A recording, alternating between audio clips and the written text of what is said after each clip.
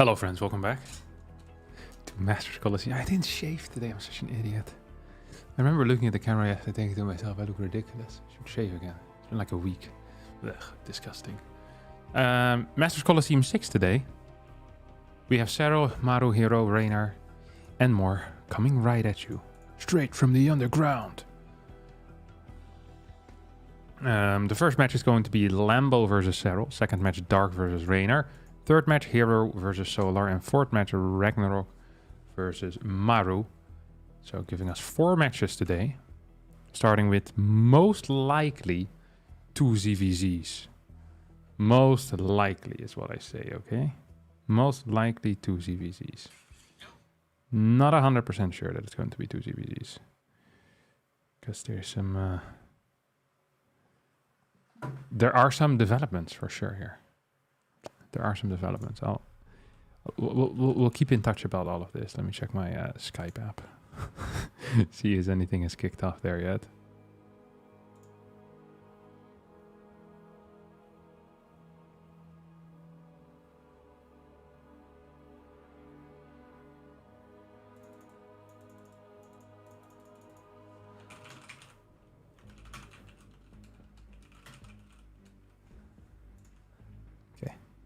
Just instigating some stuff on Skype. Don't worry about it. Okay, we're gonna start in 2 minutes apparently. Players are ready. Then I'll start with the first CVs. Do you have an account called Rebellion Harstem? Yeah, I played you this morning. I took you out, my friend. You cancelled your Spire. It's this account. See? On altitude, was it? Yeah. Poof. Destruction.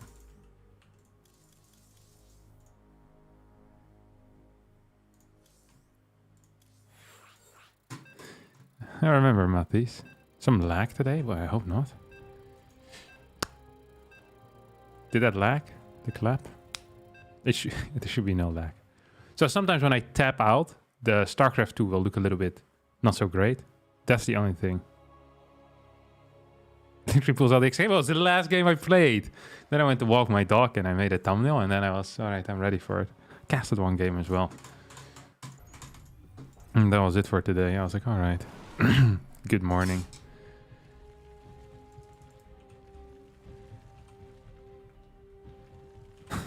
Feels so intimate with the 57 of us. Yeah, it feels very intimate.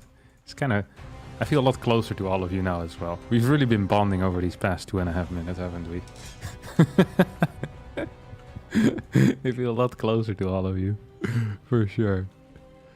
GG's. The cup is called... Well, it's not a cup, it's a tournament.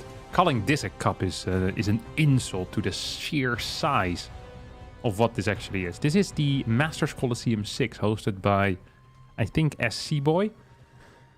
And it's the same organizer that hosts the WTL. Fantastic tournament organizers. Absolutely phenomenal. These guys, they have pretty good production value. They have nice like little animation, graphics in between. They keep hosting stuff again and again and again. They get insane prize pools going as well. Like there's a massive resurgence of StarCraft 2 interest in China. At least that's what it feels like from the outside. I haven't been there in a while.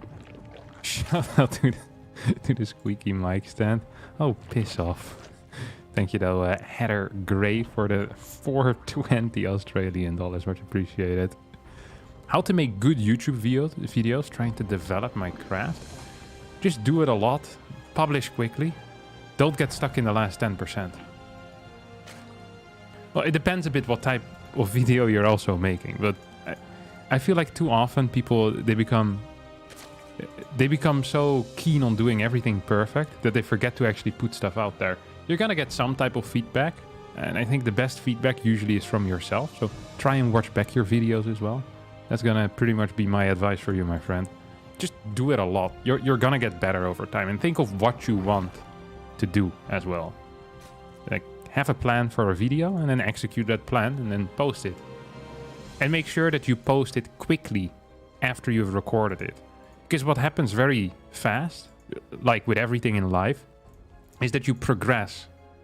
Either as a person, as a YouTuber, or whatever you did in that video, and it's going to feel outdated to you. And thus you might be too critical of it. because, you know, maybe three months in the future, like, oh, this doesn't represent me anymore. So post it very fast and then use that feedback very quickly. It's useless to get feedback on something that is like 3 months old, basically, and just has been laying around there. So that's it. Act quickly, do it a lot. Yeah, that's all I have to say. You're gonna get better eventually.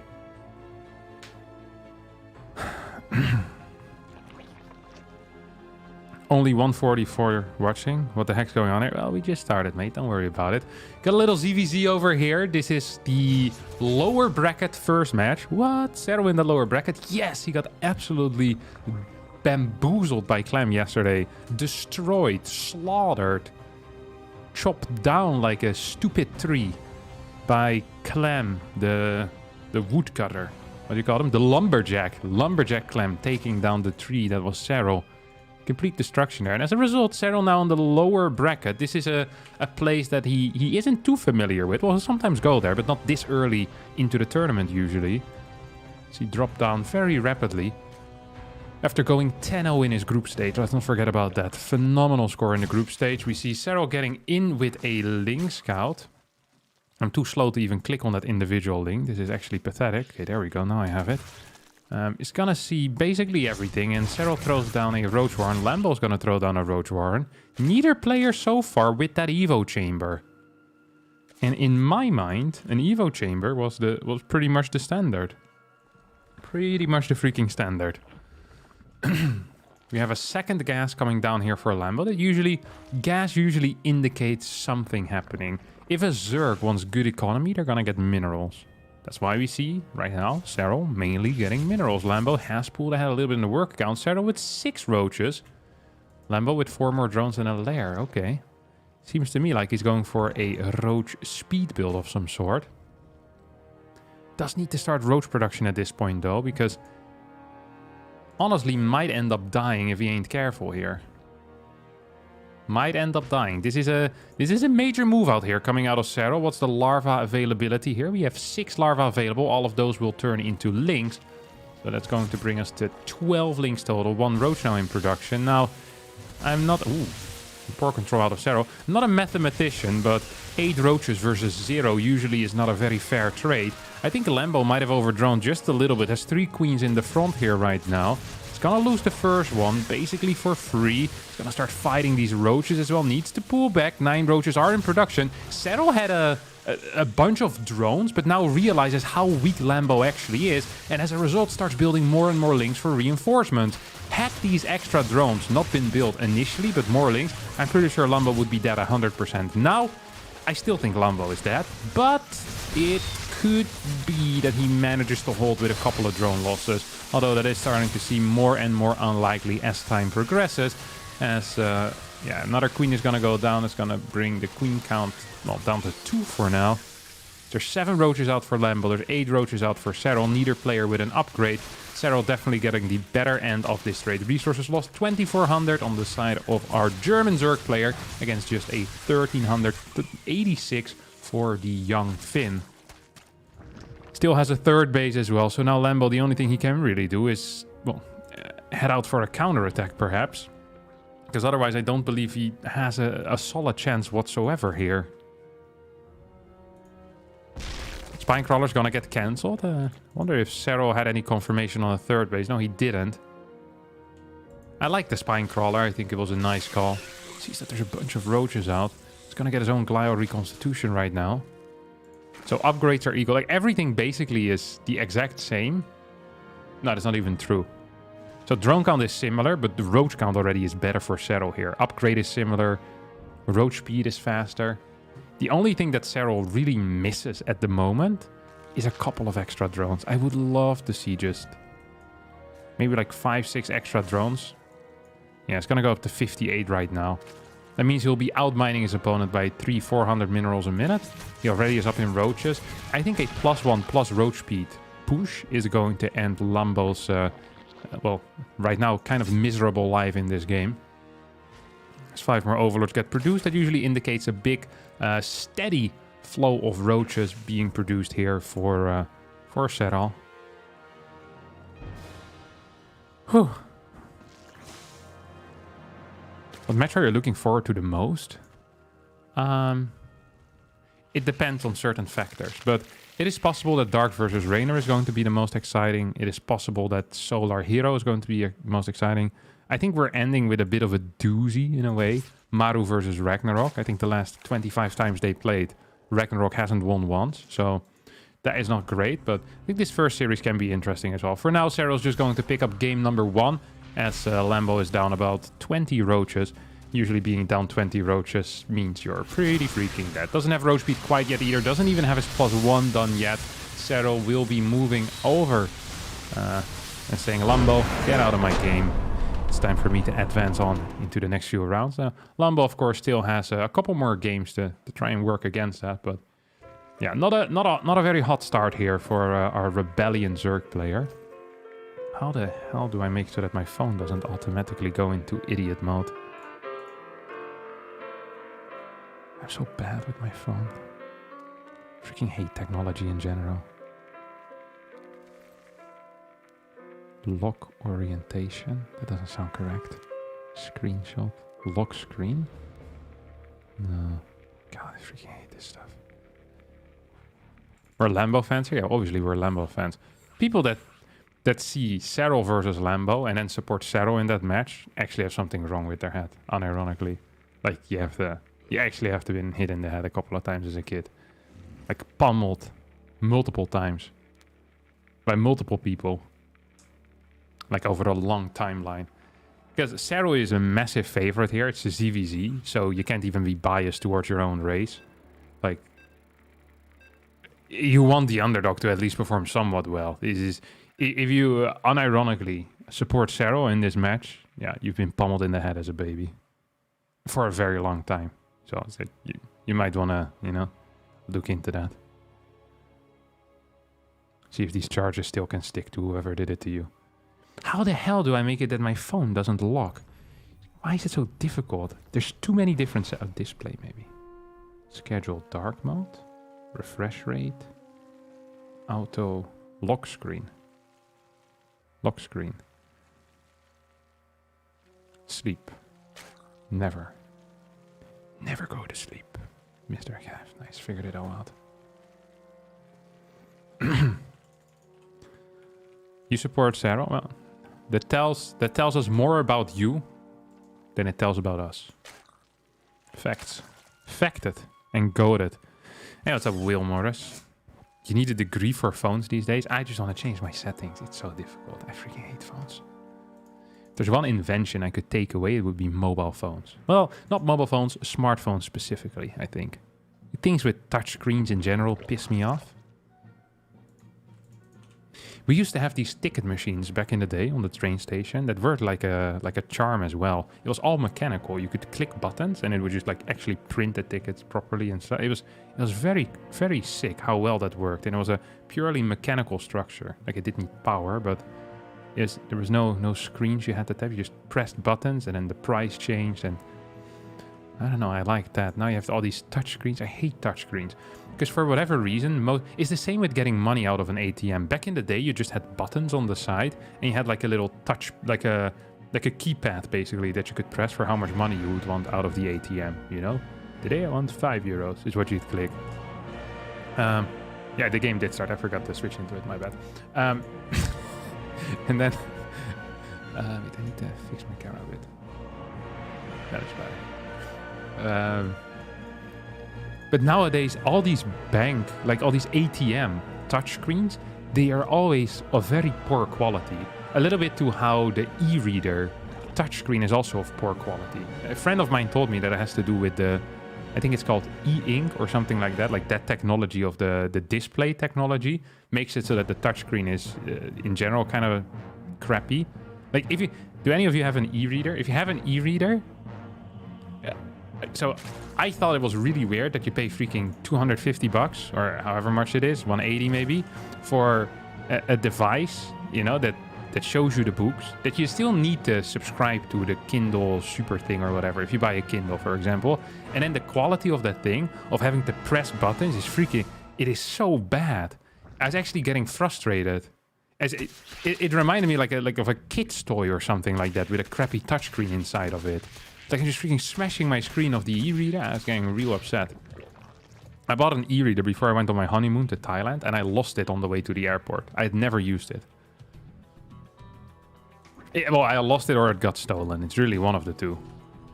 I truly believe that it got stolen. My wife believes that I lost it. Either way, it's gone. So it doesn't really matter. But probably stolen, if you ask me. I'm pretty lucky because I bought the cheapest one available. Because I was like, well, if the touchscreen is going to suck balls anyway, I might as well get a cheap one.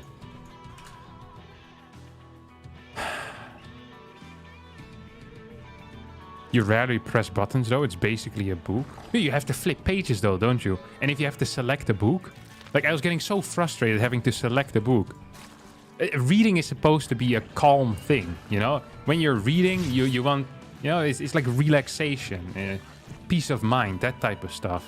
Like, my heart rate will go up to 160 or 180, just trying to press the freaking buttons to get the correct book going. It is insanely triggering. I really, really disliked it. But I think it has something to do with the fact that it's e-ink. That's what it's called.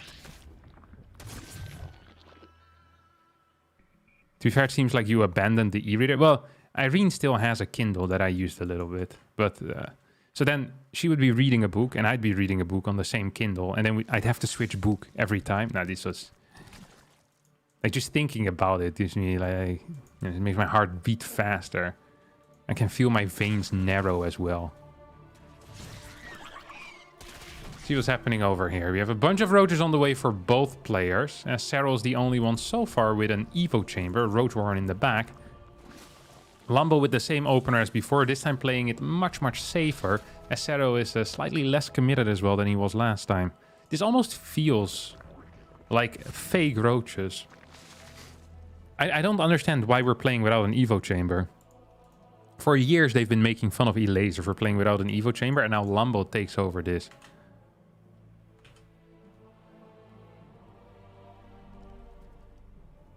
Get Whisper Sync. You get a digital copy of the book and the audiobook version. I don't like listening to audiobooks, so it's so freaking slow.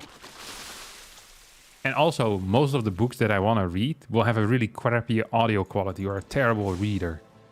Like, this is fine for the books, you know, that have that are being sold 50 million times. Like, they're gonna have a good guy reading it. The audio quality will be nice. But there's some audiobooks, like if you go in the crappy direction, they forget to cut out the guy coughing in the microphone, or they read the same sentence 7 times. You know, like that type of noise you hear the entire time. Yeah, it's going to be a Spire. This is kind of what it felt like. Like a fake roaches. Fake roaches indeed. So far, nothing really has happened in this game. 2 more gases. Now we have an Evo chamber. Let's see if Serral's gonna get a good scout. He sees the 6 gases. Sees all the roaches. How do you read into this that this is indeed a Spire? I don't think you can. It's very hard, at least. And the funny thing is that this could also be Spire into roaches. So, roach into Spire into more roach. I don't think this is going to be the melee upgrade. Watch this be the melee upgrade and me eat my words right away. Lambo build range. There we go. Starts the range instantly. Serral uses audiobook and sets the speed to 500. And Serral is wasting his time massively. It's just much faster to read than to speak. And we all know it as well.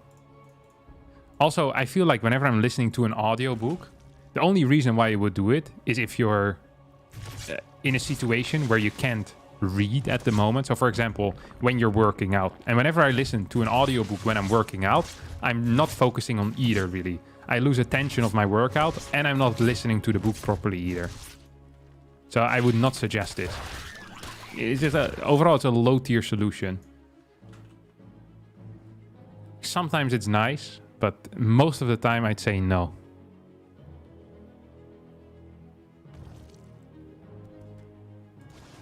Alright, here come Mutas. So we have Hydras coming out right now for Serral. That is low tier. Now, during chores, that's high tier, actually. Audiobooks during chores, yeah, that's okay. Yeah. I can live with that. Alright, let's focus a little bit on the game, because stuff is actually happening. Lambo's moving in here. Does not quite have +1 yet. Seems slightly risky. He's very keen on taking out this base. There's not that many Hydras, though. Serral needs to be careful. Oh, I think Lambo is being backed into a corner, but I feel like if the Muras would have moved back, they probably could have cleared that hatchery at some point. Now that isn't the case. Still feel like these Muras could potentially have dealt some damage here. Fought without +1. Now it's getting +1 carapace as well. It's most likely starting his +2 soon. Here comes the poop. Oh my god, you're making this up. Look at this. 0.1. 0.1. Oh, that is so big because Lambo wanted to go for another attack. Lambo wanted to go for another. Now he doesn't have his upgrade. So he's going to fight a maxed out army with maxed out army down an upgrade. This is something I would not recommend at all. His Banelings are being sniped right now, as this queen will also be put 6 feet under. What a frustrating little moment there. +1 is finally going to finish up. +2 should start hopefully instantly. Lambo continues dealing damage here, as the resources lost right now slightly in favor of the brilliant German Zerg player playing for the Shopify Rebellion. Perhaps the greatest team that has ever lived in StarCraft 2. Well, perhaps, most definitely. As, Baneling speed, look at that. Lambo's been hit on the head recently, because this is not cool. Whoop, here we go. Moves in. Gets an okay trade here for starters. Where's the Muras? Muras were just on a little detour going back home. Making sure the WAF and the kids were alright. I feel like they could have been a bit more aggressive. Maybe try and take out some queens here. Or really go for that fort base during this push rather than after this push. Lambo must have been busy with something else. He's building spines. So that makes me believe that Lambo is keen on maybe sacking some units to do stuff. I don't quite know. Look, he's diving on this hatch. He's gonna get it probably as well if he micros this well enough. And he's definitely microing this well enough. Gets the fort base. There's still 6 Muras remaining as long as he micros them. Well, this is not entirely what I was talking about with the micro. We have Tunneling Claws Roaches now. Just bumming around here, basically. There are spines in every base, or they're going up in every base. And potentially spines in every base. As Lambo up 1 upgrade defensively here. Let's see if he can win this. Oh! Shouldn't walk into his own biles. Doesn't walk into his own biles. You know why? Ooh, that's a nasty move command there. It's not a great concave. Actually kind of getting pushed down a ramp here. I'm not entirely sure how that works, but it doesn't look nice. This is a much better fight, perhaps, as Serral, I think, is just kind of microing better so far. Lambo maybe couldn't hold this concave, and as a result is being pushed back. Has lost 15 drones as well, as these roaches are still going ham. I think our German Zerg player will be forced to tap soon once more. Looked much better though this game, but not quite good enough. Serral will get pissed back home, but it's not gonna be enough. 48 roaches to 30. Now, there's one thing that Lambo can do, and this is commonly known as the TFL move or the TLO move, because both of these players enjoyed that particular move. It's basically when you are getting completely destroyed and you have no drones left, what you do is you don't rebuild your drones. Instead, you're just maxing out on a low drone count. And then what ends up happening is that you can have a push with slightly higher army supply. And if you fight on your opponent's side of the map, this can often end quite well for you. So Lambo right now, he's just gonna... I don't think he wants to engage yet before he is maxed out, but he probably wants to secure a spot on the map. Maybe he does want to engage. This is a good engagement. This is a real nice concave here for Lambo. Can't push through this concave. He believes he can. It's going to stand in a couple of biles. That was far from great. It is 128 supply to 108 when it comes to the army. And yeah, Lambo could not have made it through that concave. And he's going to lose this game as well. That's going to bring the score to 2-0 in favor of Serral. Now, that might be a surprise to some of you. But Serral is actually one of the best players in StarCraft 2. I know that Lambo is often considered to be the smartest player in StarCraft 2. And top 5 most handsome as well. But Serral is also very, very good. He's underrated. If there's one guy I'm expecting to maybe even win a tournament or two this year, it could be Serral. Like he's coming in as an underdog here from the lower bracket, but it's definitely possible. Reverse sweep incoming. I like the thought here.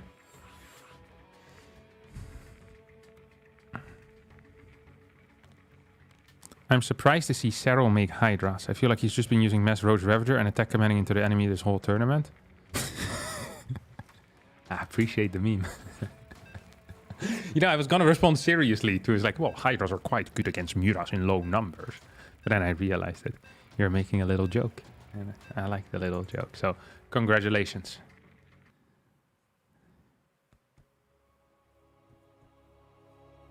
Serral is not the best at the moment. Well, some people might consider him the best, yeah. So that's why I'm saying it wouldn't surprise me if he ends up winning a couple of tournaments this year.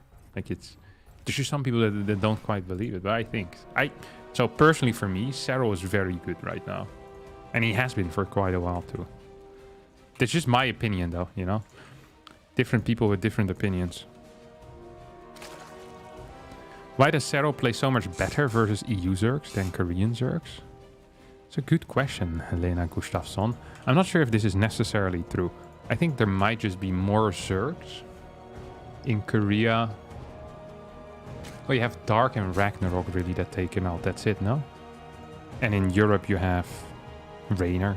So I think there's just more Zergs, maybe? I don't know if Ragnarok even took Serral out more than once, though. I need to look at these statistics. We can do that together after this game. But I'm not sure how much better he is. Usually it is like, when it comes to Serral losing, it is like individual players rather than matchups. Although his EVZ is significantly worse.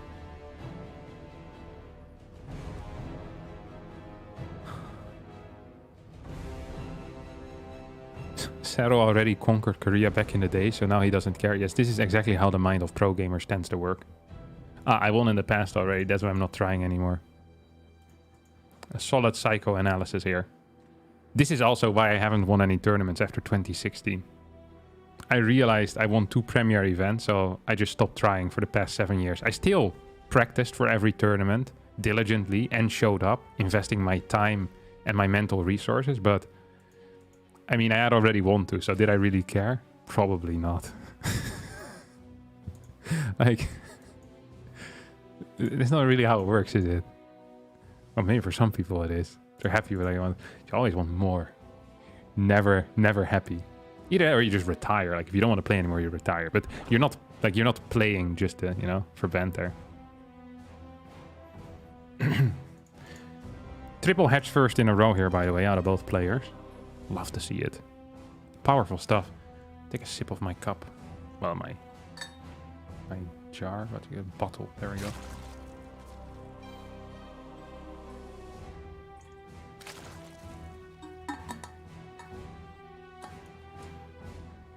You know what I would love to see out of Lambo here?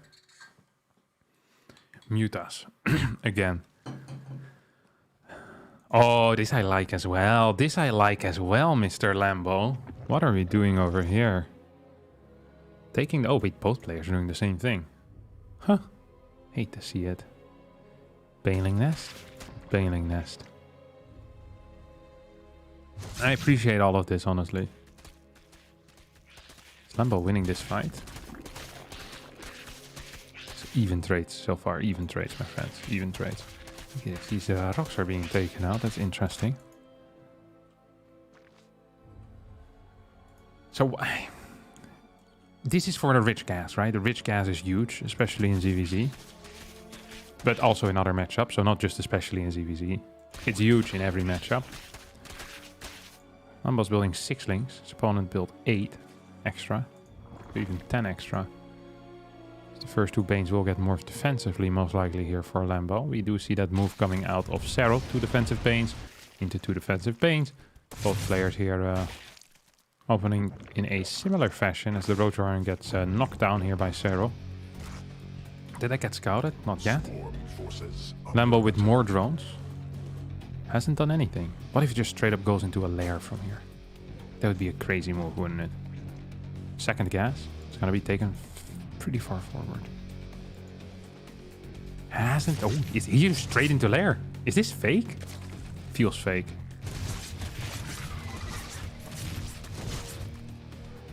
This is... Well, it's probably real, actually.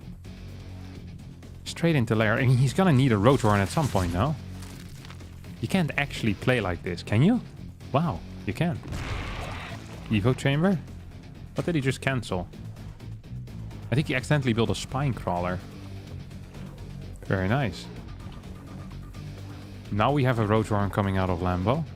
Lambo playing a little bit greedier so far this game and has a slightly faster lair timing. He's still only on 2 gases though. This is desperately trying to deny scouting as well, which is kind of big. He's been doing a good job at that. We have some random roaches in production now for Serral. These are safety roaches though, so Lambo's not afraid. He's building 6 overlords. And this feels like he's going to move in right now with an all-in. Or at least a timing attack. Because there's so many freaking overlords on the way. That feels unsafe otherwise. Uh-oh. Uh-oh, Lambo. There we go. He's gonna take care of that. So here comes a fake move out. From our man Serral. Follows this up with 10 more drones.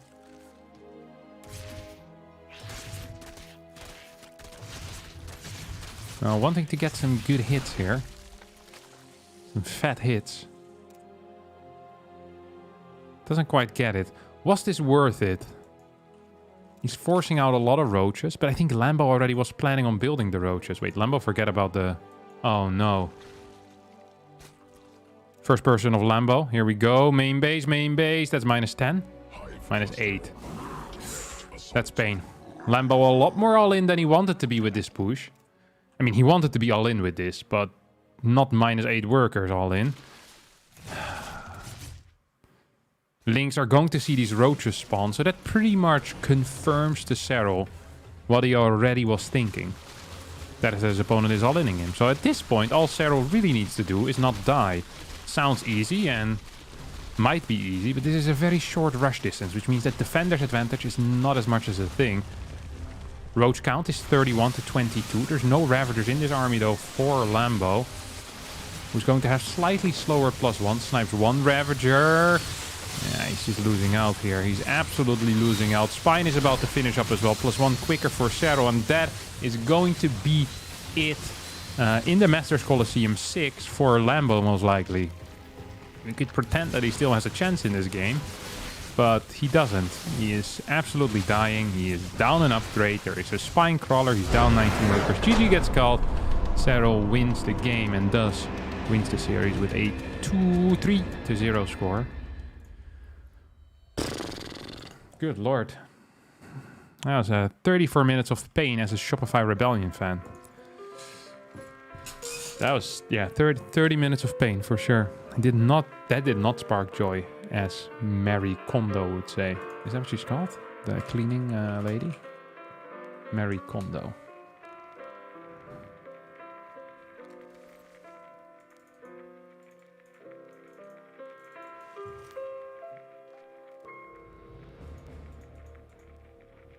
It's organizing, not just cleaning. My apologies. Oh wait, I think we need to change server. What's the next one? We're gonna go to Americas. Now, up next is Dark versus Reynor. So, possibly a Zerg versus Zerg. But I've been hearing some rumors floating around the ether. Let me check what's happening.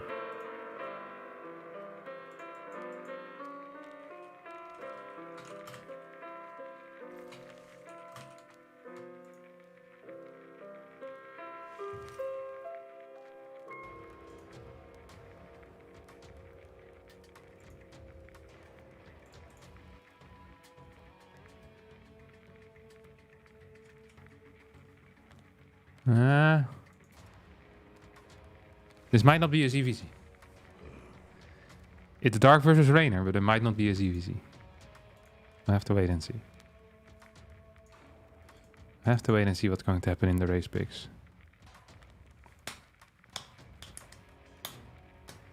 Don't forget that in the past, Reynor has played, I think it was 3-3 or 3-4 against Dark with his Protoss. So he's definitely capable of taking him out. Not sure how much he's been playing that race though.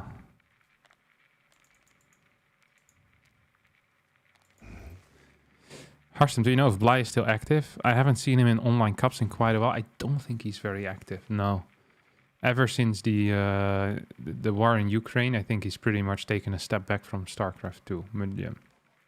Major step back. He'll sometimes pop up again, play a couple of games, play half a tournament, but not as active as he was in the past for sure. I'm gonna check actually how Serral performs versus these different nationalities. I was kind of interested by that. Match histories.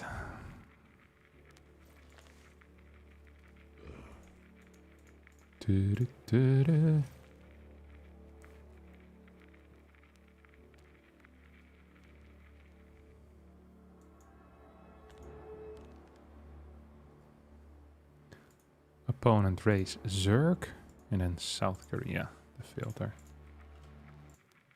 Okay. Oh, accidentally clicked the wrong button. It's King Charles, right? King Henry, whatever he's called. Let me remove that. Okay. Serral's match history. Oh my god. Why is it so small? Hello?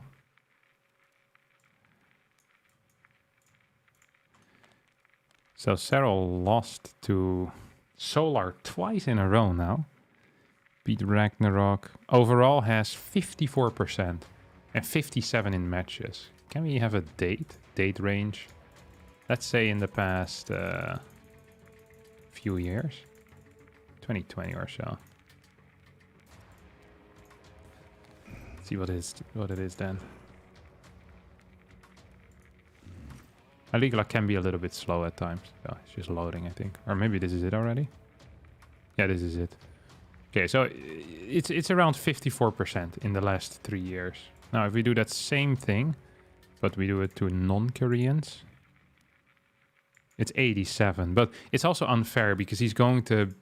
Like, the only time he plays Koreans is in big tournaments. So it's already going to be, like, you're kind of filtering out the bottom level Koreans. So against the Koreans, his win rate is lower. But that's also because he's playing against... Well, he played a game against Mixu, for example. Like, I mean, he never plays against the Korean version of Mixu. Harstem, you usually say Serral is the best of all time. Thank you, Moist Chip. I made some move indeed this morning with the recycling bins. I put them out 30 minutes before they showed up. And then as they were cleaning them, I took them back in. It was like instant. The guy gave it to me. I was so fast. So, you know what's funny? Is that I think it is unfair to say that Serral is the best of all time because he plays a different game than the people who came before him. As in, Wings of Liberty and Heart of the Swarm, for long portions, were not the same game as Legacy of the Void. Like, it was almost impossible for the longest time in Wings of Liberty to play safe and to be consistent. The game wasn't made for being consistent. Scouting was very difficult. All-ins were hard to read. Everyone was way worse as well. So like in absolute skill, Serral, in my mind, is the best. But the competitiveness at the start was very high.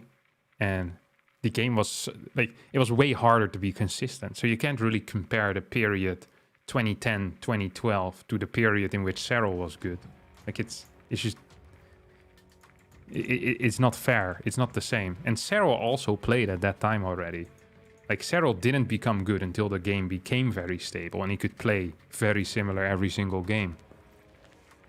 So, like, make of that what you will. Like, obviously, mechanically, this kid is gifted. It's the same with Reynor. What's this in my eye? It looks weird. Yeah. So, like, all these guys are very good mechanically, and they probably would have been very good. But the level of consistency that they're getting now, it wouldn't have been possible back in the day.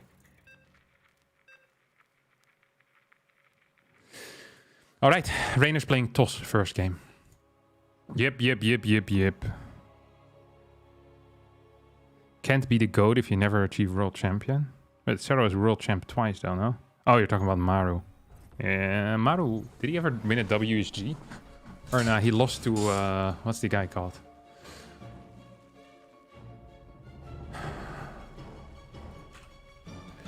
was the TY, I think. Was that 2017, 2016? Can't quite recall.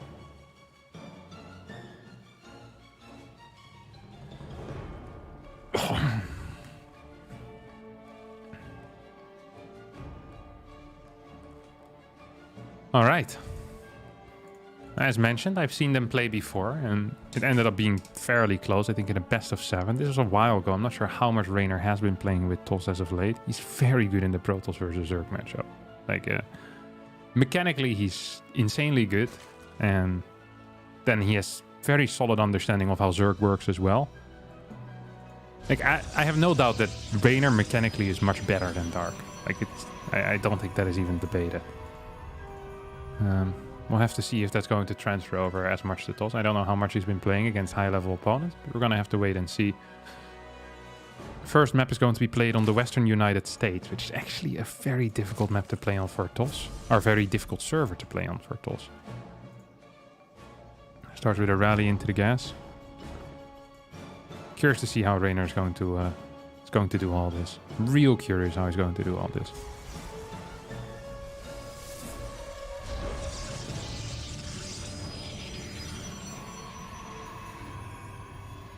Now, I'm not going to spoil anything, but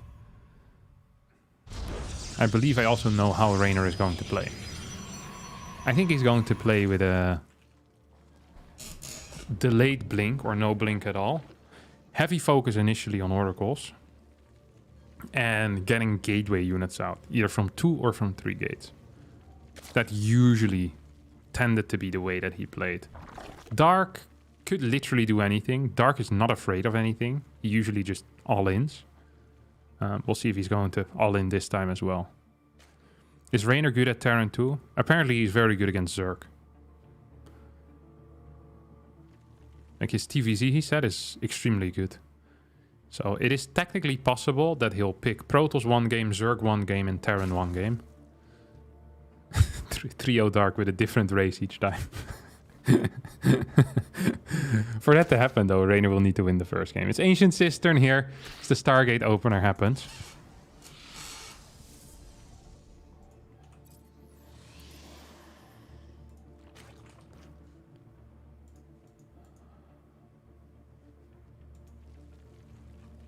Metabolic boost on the way as well.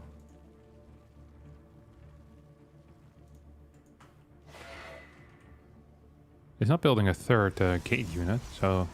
And he's chasing the Ling. So double chrono kind of wasted there. Not a huge fan of this move. If you double chrono... I think this was a double chrono, was it? Chasing stuff around usually ain't great. Did we get any kills here? 2 Lings have been killed so far. Adept with some damage on it. Third Adept on the way. Is going to be a second gateway here. This one's kind of... It's not great, but it's a doable wall. It's better than the majority of the walls that Hero creates, so I'm happy with that. Cancels the Adept, rebuilds it again. Seems to be a little bit unsure about how he wants to play this out. The first Oracle is out. It's going to be supply blocked. Not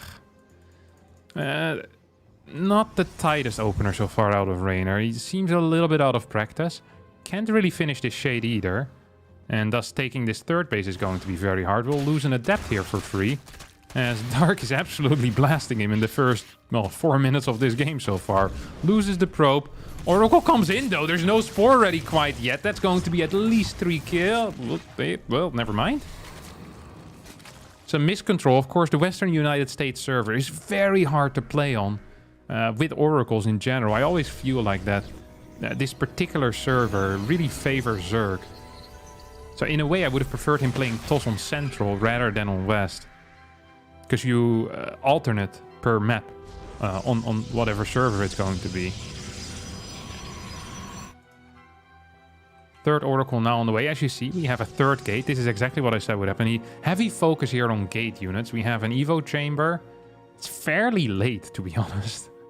Gonna wait and see how Dark is going to play all of this out. These 2 Adepts will shade across the map. Dark is so rapid as well with his Ling movement. He knows there's 2 Lings on the map, or 2 Adepts on the map, should produce a handful of extra. Not too many extra, just a couple. Sees the double Stalker warp in. This gas went down real late.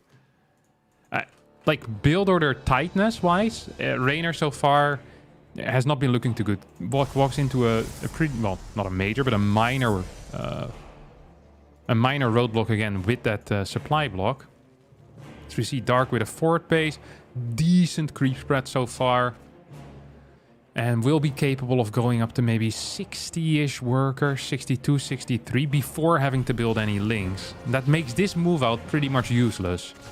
It doesn't achieve very much that I'm aware of, unless you can clear maybe a queen. If you can clear a queen, that is big. That is really nice. That is going to help. These links are going to chase the adepts. We'll get a win there eventually, as 22 links are in production. We have a macro hatch as well on the way. Stasis ward did not quite connect. Twilight Council now gets constructed. This forge is so late. Gases usually are already being taken on this base. So the early game has not looked very tight here for Reynor, but his unit movement is okay. He's denying some creep. His focus mainly is on denying creep. And indeed, we have very late blink, but we also have very late eco here for him. Fort base about to finish up. Stasis ward once again tried to go down. Not quite working out yet. Would love to see 2 or 3 links just patrol this area for Dark, as this is going to be a major push out now. 625, we're here with, well, what is this? 7, 8 Stalkers. Couple at home probably as well. Gas is being taken 6:30 in. That is almost a full minute later than is standard. As 28 more links are now in production. This stasis is going to get... No, not triggered quite yet. I think Dark might be planning on just going for a link flood on this base. Maybe adds in a couple of Banes for banter. We have 6 more drones as well coming in. +2 should start ASAP. Templar Archives about to... Well, 13 more drones. Wow. Dark going heavy into droning here, as these oracles get 1 or 2 more kills. Actually, 3 more kills. I can see it on the left side of my screen. Not sure why I was guessing there, but I definitely was. There's no fort base here quite yet. And there's really not a whole lot of anything right now for Reynor. At the same time, though, Dark actually struggling to get this his own fort base up. I feel like Dark has been playing overly safe. Has created 61 links to deal with 13 Stalkers. Don't think that is ideal for a setup. Reynor right now flowing 1200 minerals. As a hive starts. And we have Glio Reconstitution on the way. I feel like Dark is honestly not in that great of a spot. If this would have been... I think if you fight this without oracles nearby, links absolutely destroy this, no? The 13 Stalkers. You have +1 on the links? Most likely, yes. We have second Evo chamber here. No 5th base yet. Dark now runs in. It's going to deal quite some damage. Takes out 1, perhaps 2 cannons. Don't think we got a cancel on one of those. 148 supply to 127. This is so exciting for me for some reason. Despite not a whole lot happening. It's very exciting. Just to see how, you know, how it works. We have Storm that's finishing up, and I honestly believe that if Dark sets up any type of attack right now, Reynor's going to be in serious trouble. He's investing so much in static defense. But this fort base has no static quite yet. And there's massive supply. Like, Dark might be capable of killing his opponent right now. While teching into Hive, which is usually not quite how this is supposed to work. Banelings moving in are going to take out the Templar. Not a quick enough reaction. As the Archon is here to tank a lot of these link shots. This is maybe a doable fight here for Reynor. 1 Storm is going to connect as the Roaches move in forward. Fort base in a world of... Okay, never mind. This is absolutely over. This wasn't close. Yeah, this is... Well, it's not over, but it's looking extremely bad right now. We have range on the way. No 5th base yet for Dark, but no fort base anymore for Reynor, whose oracles were extremely low in energy. And Dark thinks that he can still trade here. We're gonna have to wait and see. Charge finally on the way. But the Reynor is just getting completely blasted right now.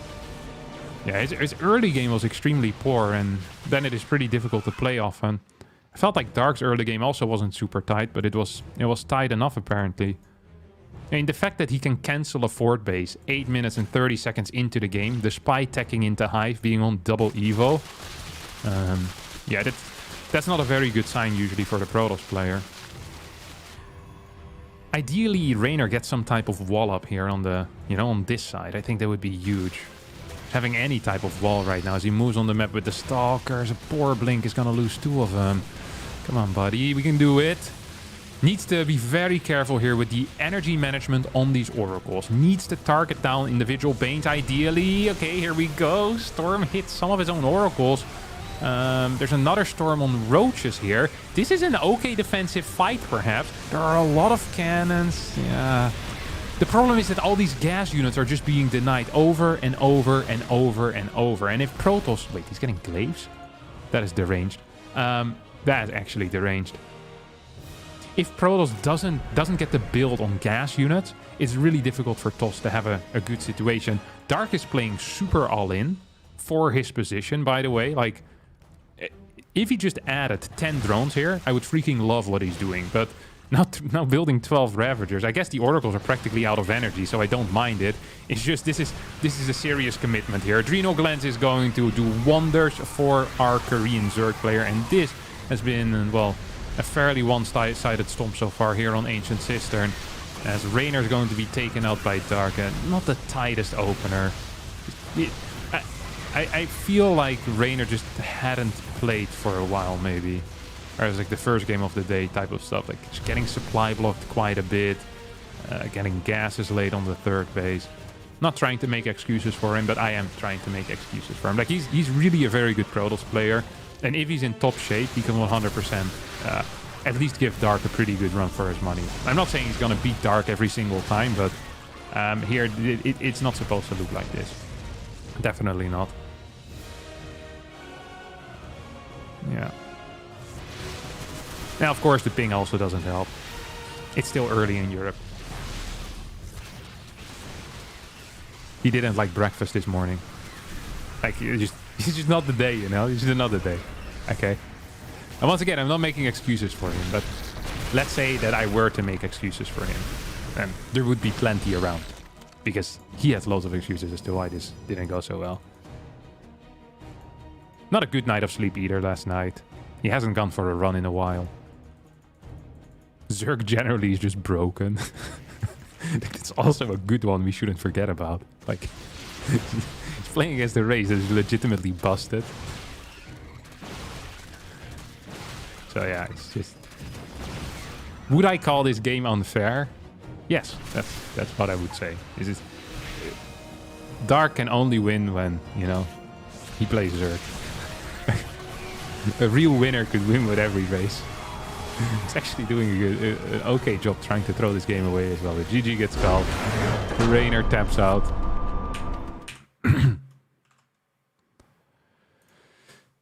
Okay, well, I don't think we're going to see much more TOS here today. I'd be shocked after that game. Maybe on a better map. Well, actually, Ancient is pretty okay for TOS. It's not great. Let me just look at the maps real fast. New Humanity, Grassvan. So like, maybe if Grassvan is in the pool. So, like, I could see on Grassvan playing some TOS. I think it's legitimately a good map for TOS in PvZ, and it's good for his style as well. I think Neo Humanity you don't usually want to play. Dragon Skills you don't want to play. And then maybe there's like Babylon that you could play. So yeah, there's 1-2 maps left where I could see TOS being played, but otherwise it just ain't happening. Absolutely ain't happening. Was the glaives a misclick? I don't think it matters.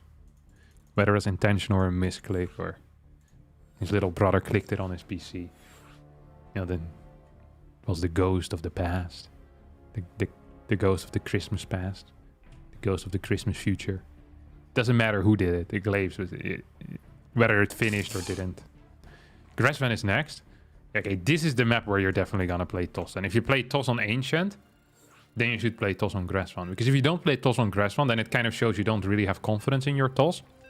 So, I would, if he needs to play, he absolutely needs to play TOS at this point. I think, let's have a look. Yeah, he is as well. This makes sense to me. Because if he would have switched off the Zerg right now, it would have shown that he didn't really believe in the Protoss project, you know? But playing TOS on Grassvan makes a lot of sense, as he believed he had a chance on Ancient. So, to me, this makes sense. To some of you, it might not make sense, but if he had trust in Protoss altogether, then this is the correct call. Otherwise, the entire Protoss project would have been terrible.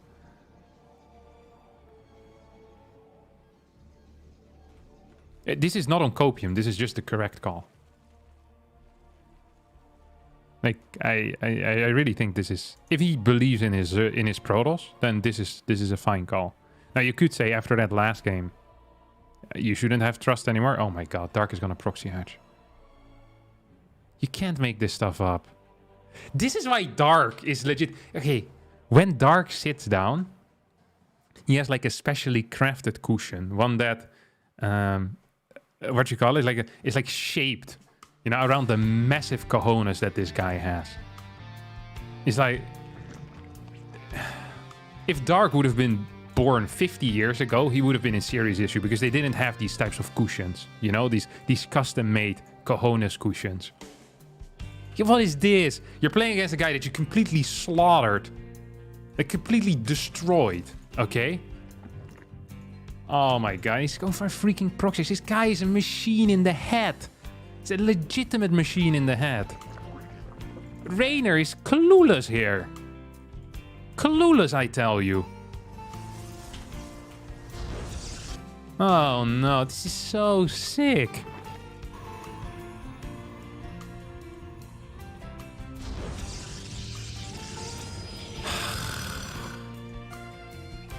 Sending out the 2 drones as well. I don't think this has been noticed by Reynor.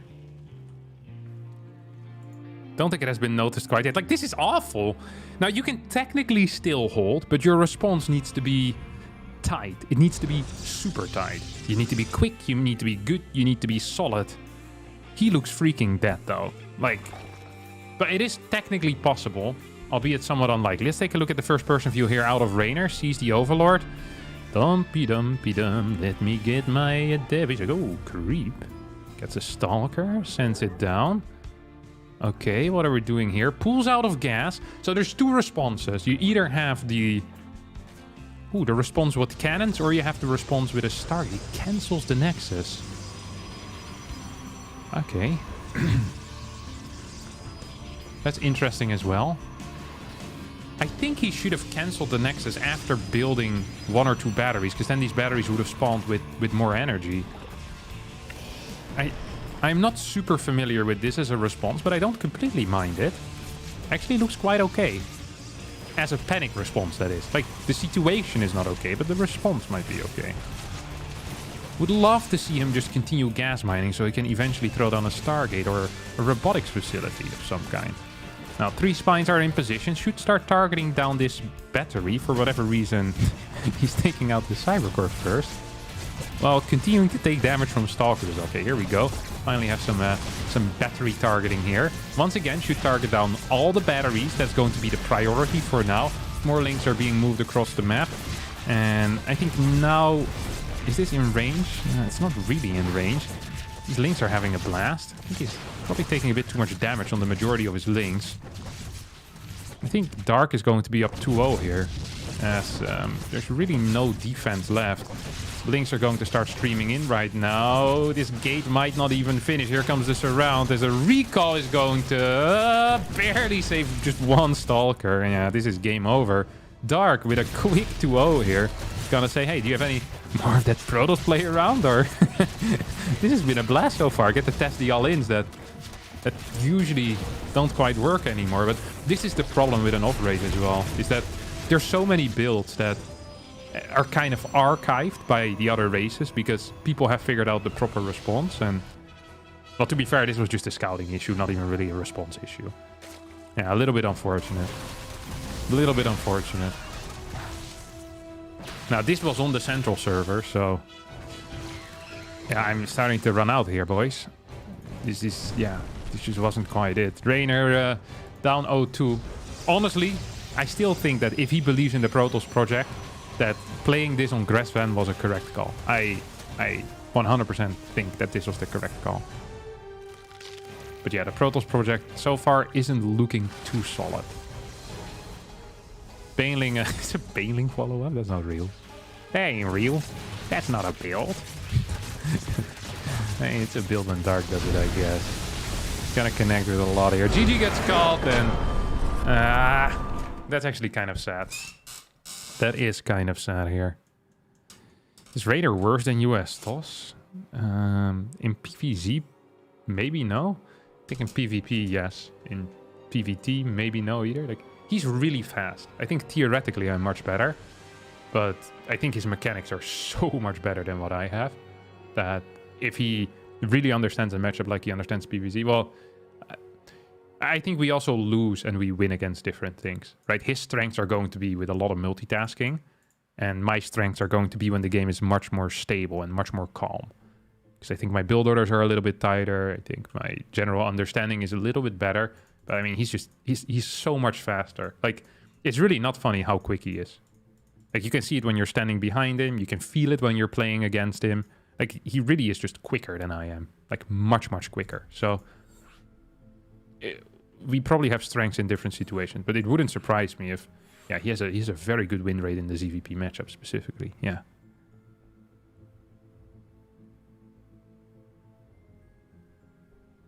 Dark is offended because Reynor is disrespecting him to dare bring off race. I don't think Dark is offended. I think Dark is pretty happy. He's up 2-0. I think there's a lot of offense here. Dark is a competitor. Like, he doesn't get offended because someone picks an off race. He's probably happy because he believes he has a better chance, or he's unhappy because he believes he has a less good chance. You know, that is it. Like, if you're offended because your opponent off races, you're not made for competition. Like, that's just stupid. If Reynor were to play Terran against me and then beat me, then I wouldn't be offended that he beat me with Terran. I might be a little bit embarrassed that I lost to his off race, but I wouldn't be offended. If he thinks he has a better chance with Terran, then good for him. I don't think that's the case versus me. Last time he played me and he tried playing random against me, I beat him. That is the last time I beat Reynor, and was the first time I beat him in a very long time. Very often off-racing just lowers someone's, you know, chance of winning. Yeah, Reynor now switched to Zerg. If we're not seeing Protoss on this particular map, we're not gonna see it anymore in this series.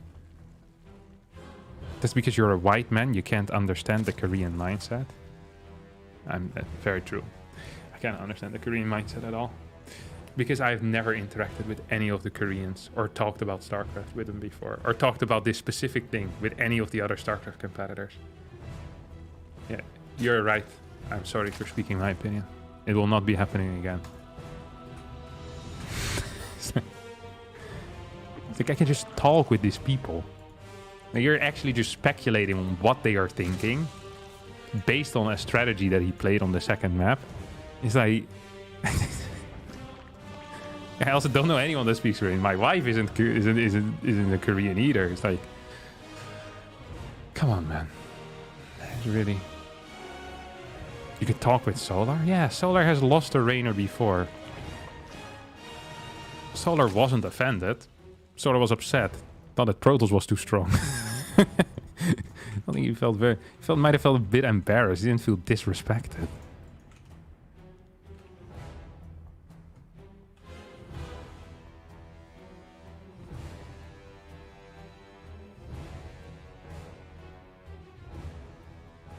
Yeah, switching race is not allowed in GSL.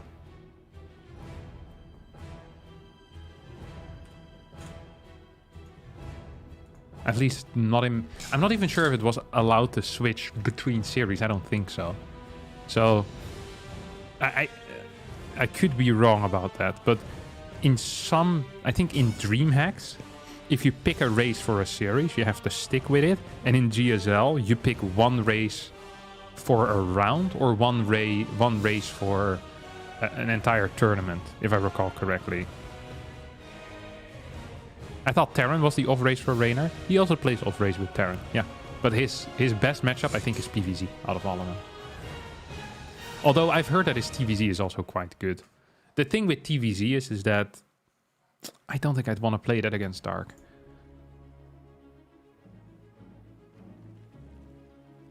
Yeah, Irene is Korean. Also. This is just a Korean passport.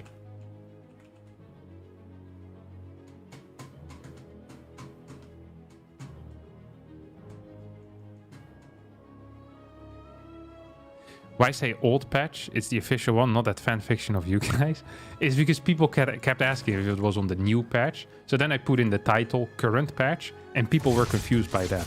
And I found that when I put old patch in the title, that people ask the least amount of questions.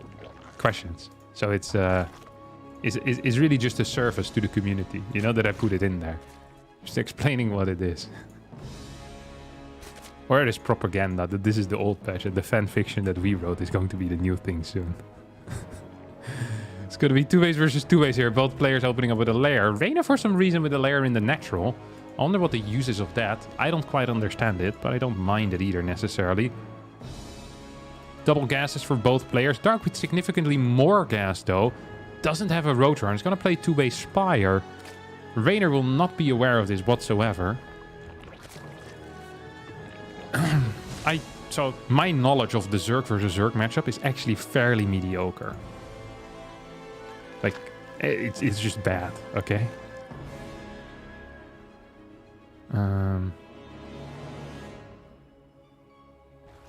See, I don't actually know what this means. Yeah, maybe it's good, maybe it's bad, I don't know. I feel... So, my gut feeling tells me that the Spire here is good. Usually when mutas pop out on the map, the guy with the mutas wins the game. So this is going to be my gut feeling. I don't have any deeper analysis than Spire good, muta good. It's going to get scouted though by the Overseer here, and that does mean that there might be an opportunity for a Nidus network. Is that something we could see here as a reaction? With this all being scouted? If this dies, that would be frustrating. Nice. Stays alive. That's cool, because if it is a Nidus network later on, then that could do something. It's going to be pure drone. 5 roaches have been produced. As 1 spine is being thrown down on the side of Dark.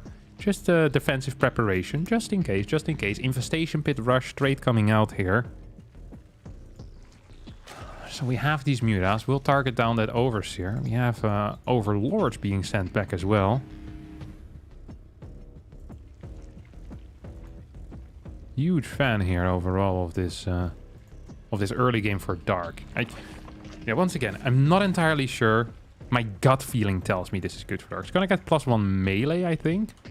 Because he got link speed. If he wouldn't have gotten link speed, we might see a roach follow-up. But that's definitely not going to be the case. Yeah, we have +1 links. Now, the only thing that matters is building pure muta. Like, literally pure mutalisk. That's all you want right now. And drones. Those are the only things you're doing. So, all the gas gets invested in the mutas. And all the leftover minerals gets invested into drones. This allows you to get a very high drone count rapidly. Well, your opponent is going to be stuck on 3 bases most of the time. Dark flew into the main there, didn't achieve anything, as these infestors are now popping out. It's going to be 3. As there's a bunch of roaches. Roaches are necessary. Now, why are roaches necessary? In case like a ling run by shows up. If it's like 20 links and you don't have any roaches at all, that could be an issue. Is Hive going to be produced? Not quite. More queens are being built, as it's 57 workers to 61. We have a fort base already. Usually what ends up happening in these types of games is that you don't necessarily deal damage with the mutas, but the mutas allow you to drone up. And then once you're droned up and you have banelings, you can start sending banelings into bases. And banelings deal well with hatcheries and they deal well with drones. And eventually, because you have such an eco lead, you're continuously pushing. Eventually, the defending Zerg tends to just die. So we have 8 more mutas on the way. So that's basically a production line of mutas here. And then the next thing is going to be more drones being added in. So it's going to be reaching up very soon. Wait, why is there 3 queens in front right now? That makes no sense. He's going to be reaching up to like 82, 83 drones at some point in the near future. So he's adding in another 10 right now. Yeah, this ain't looking good for Reynor. I think usually, whenever I talk with Zerg players, the thing they're most afraid of is this type of Mutalisk play. It seems like Reynor is setting up for a Hydra Queen Infestor push, which is cool.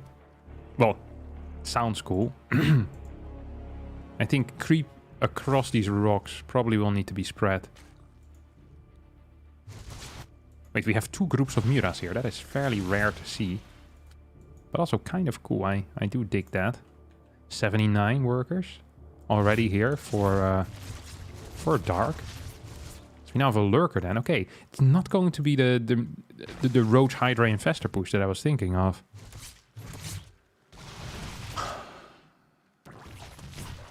+2 melee is going to be absolutely huge once that finishes. Of course, banelings can one-shot. And this is usually the drone count in which we see Lynx and Banes being constructed. It's like 82, 83 drones is when we see stuff happening. And what you're going to do is you're going to morph a lot of Banelings, and you're just going to right-click them into bases. The goal for Reynor here is to fungal those Banelings before they hit the mineral line. This is like a mini-game, except your life depends on it because you're down 0-2. So not a very fun mini-game. Muta count continues to grow up to 23, but I'm not entirely sure how many more mutas you want at this point. Like the usefulness of the muta is limited. Fairly limited. Instead, we see an infestation pit coming out of Dark, and he might want to transition into either the eventual range upgrades himself or perhaps into the Ultralisk. Here comes the distraction with the mutas in the natural. It's going to take out one, perhaps even a second assimilator, not quite yet. 3 lurkers are on the way. Dark was thinking of fighting that main army and decided against it in the end. It's going to jump into the mineral line, take out a bunch of these drones, as well as targeting down these overlords. It's going to clear a queen here. He's real keen on just trying to trade out these mutas a bit. He just wants trades at this point. Nothing but trades. Nothing but trades is all he wants. 2 Vipers on the way, as I'm still waiting for that first Baneling wave that hasn't quite been sent in yet. I'm a little bit surprised by that. Fort base now gets constructed. Dark is not aware of this whatsoever. Here comes a minor wave. Very minor wave indeed, but Infestor is in position, could hit, is going to hit. Lurkers helping out as well. Nice line here on that Lurker. The angle is going to be beautiful. That's exactly where these Banes are going to be lining up. More Banes in production right now, 44 extra. It's going to bring the total up somewhere to 57, 58. I can't count, it's going to be 60. Well, not after losing these, but high numbers here as these rocks are being taken out as well. I think the mutas can probably rotate towards the far right side to take the fort base down, while at the same time Banelings might want to try and hit towards the third, as that is going to definitely be an angle to look at here for Dark. Indeed, here we go. Lynx being sent in as Infestor gets sniped. A couple of Hydras going down as well. Vipers now moving forward. Parasitic Bomb's going to connect with one Muta. Split is good. No, Split is pretty freaking perfect. Here come more Banes. Double Fungals hitting, connecting. Big stuff. There's no Fungals available on this bottom side though. There is a Roach here out to spot. That's kind of a big deal. So far, Reynor's been doing a great job defending. And honestly, Dark's reign of terror is kind of ending. He hasn't been capable of finding the damage. The fort base is now up. I think there's one more attack here that Dark might have. There's very little Hydras, only 14, so needs to be careful. Parasitic Bomb's going to be big. Oh no. Banelings just connected. I missed it. Must have been here at the third base, yeah. 15 drones going down. Here comes another big attack. Muta's moving in. As the target is going to be on the back of those Hydras. The Hydras will survive. Hydras survive in a big way. There's actually, no, there's 3 Hydras remaining. That's not enough. That is absolutely not enough because there's still 12 Mutas. 10 more on the way. That means that there's going to be a delay in the next push out of Reynor. There's 90 drones behind this. As Dark way up right now in absolutely everything. Except when it comes to the army supply. It's down in army supply by a significant number. And all that Dark really needs to do is take out the Hydras when they try to move across the map. If you can clear the Hydras, then the Mutas reign supreme. I almost feel like having creep here is bad. Here he goes, jumps on top of these Hydras. Couple of Banes moving in as well. Hydra count down to 14 once more. Parasitic Bomb gonna connect with a single Muta. Easy to micro away. There's a lot of money for Dark, but there's not a whole lot of Larva though. As Muta's now starting to fall. 13 Mutas still out here. Skytenus plating is being researched. I feel like these queens should start moving across the map. Yeah, that's exactly what he's gonna end up doing. I just needs one more tumor. Just needs to be patient. Reynor needs to be patient, but it's difficult to be patient when you're down 40 workers. It's actually kind of an exciting game here. Here come the queens. Lurkers out as well. Is there any lurkers defensively? Not really. This is the entire army that Reynor has right now. Banelings being targeted down. More Mutas. Are they in production? No, there's 16 total. There's 17 Hydras. I think Reynor is going to get a W here in a very unlikely fashion. The only thing that Dark can do at this point is maybe get Ultras, go for a counter-attack, maybe a base trade type of scenario. Parasitic Bomb's going to be big once more. Viper could get sniped. Well, it's not gonna get sniped so far. Sloppy control there out of Dark, really. I love that he's fighting the reinforcement line with these Mutas rather than trying to straight up engage into this army. We'll take out one more Hydra. And don't forget, This is 2 lurkers. Yes, that's great. But 5 ultras are about to pop. Actually have a supply block here coming out of dark as he loses another hatchery and lost a bunch of units as well in general. Now moves back home. Ultras not quite out yet. Here they pop. There's no vision though. There's no detection to clear these lurkers. No, there is. Oh, I missed that overseer. My apologies. Transfuse is doing wonders as the roaches are here to tank. The Hydras with a lot of DPS as well. I actually think that Reynor has managed to win. That is crazy. That is crazy. Just with a massive army push. And Dark just too slow here. Into attacking into these ultras and too low in larva for a very long period in the game.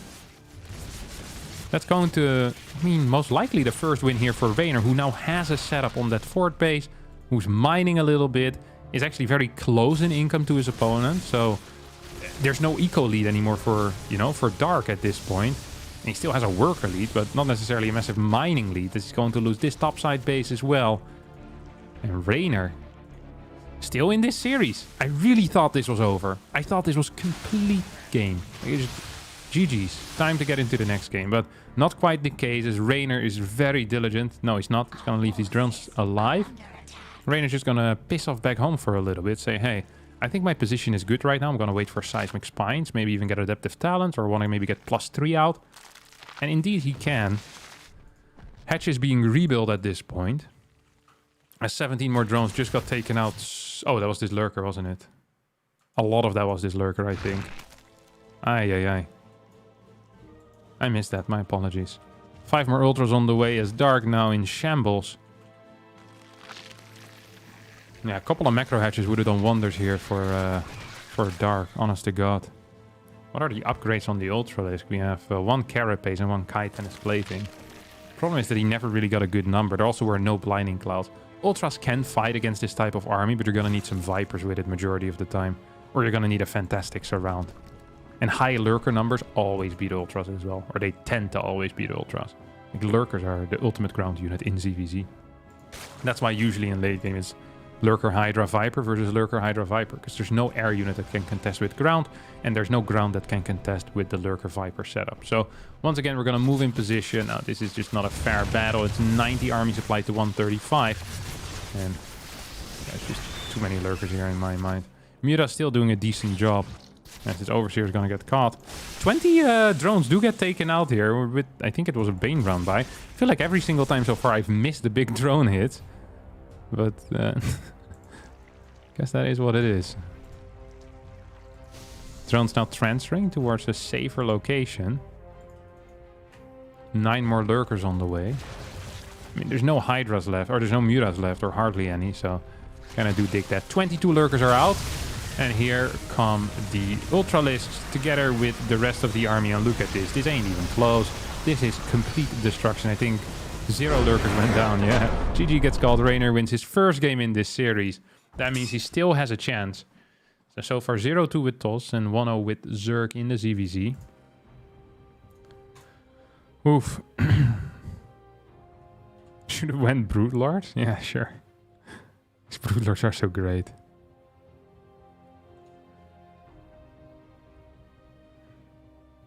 Harstem, can you pump up the graphics? I mean, no, this is not possible. I literally have the highest graphics settings that this game has.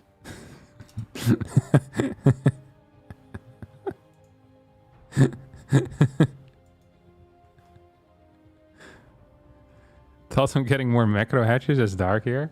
And it's better than floating the cache, surely. I mean, I think he just needs to focus more on injecting. He had 5 bases or 6 bases. Pump up the bit rate. My bit rate is, I think 18k. It's like, it's 3 times better than whatever you're getting on Twitch. I mean, I can pump it up to 52k. I'm afraid it might become inconsistent though. The YouTube bitrate is pretty cray-cray. I can try it in the future. I can't restart my stream in the middle, but I could up my bitrate. Harstem, can I submit a picture of my dog to IOTIS and will you then rate my dog? No. Rating dog, I'm not a fan of rating animals either. It's weird to do. In general, rating stuff is not so nice. Poor dog can't help, you know, look the way that he looks. In order to properly rate a dog, you also need to meet it. You know, a dog could look real nice, but what if he bites your hand off every time you walk inside? Then, you know, I give this dog a 10, and then it is not great. Stream isn't even 1440p. Yeah, it's scary to go to 1440p. Although I think on YouTube it's probably fine.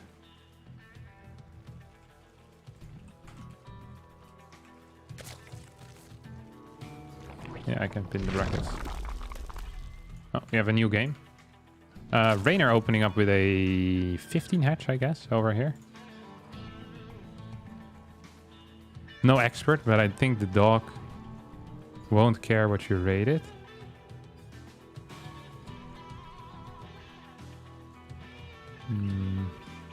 Wait, what was your question? Oh, nothing. Oh, yeah, that was a joke. Sorry. I was trying to figure out how to pin messages again. Sometimes I read something, but the meaning of it doesn't work like that.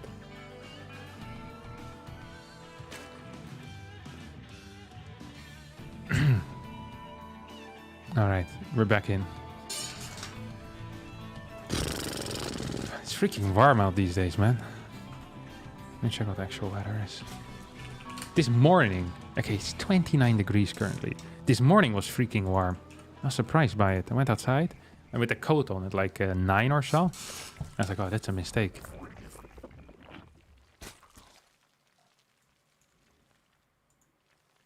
Can the human eye even see in 4K?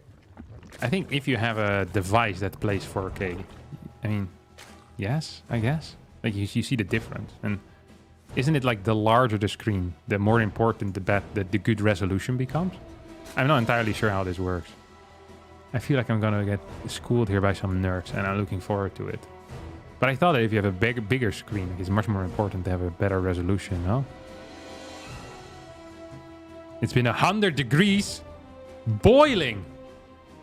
Jesus Christ. Get out of there, man.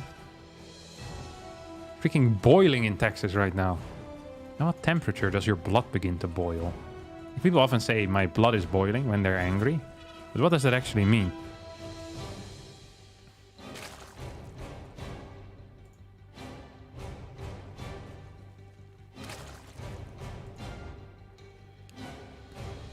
High level casting chief. Thank you very much, Catbird Sis. It seems that non-Protoss streamers and pros are quicker to call out the Protoss dilemma and the obvious balance concerns, while you, a Protoss, seem hesitant. Why is this? Wait, what is the Protoss dilemma? I don't know what the Protoss dilemma is.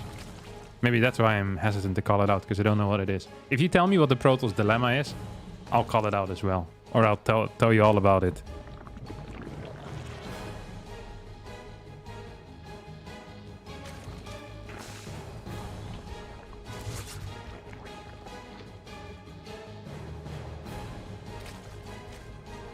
Okay, let's have a look. What is this?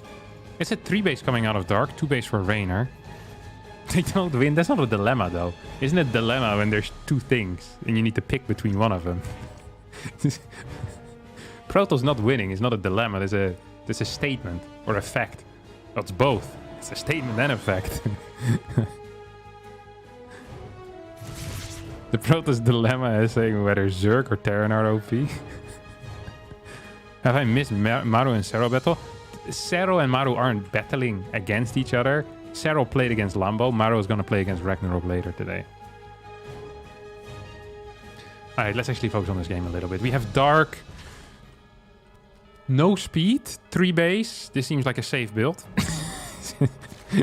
Dark actually doesn't play by the rules, man. What in the world is this?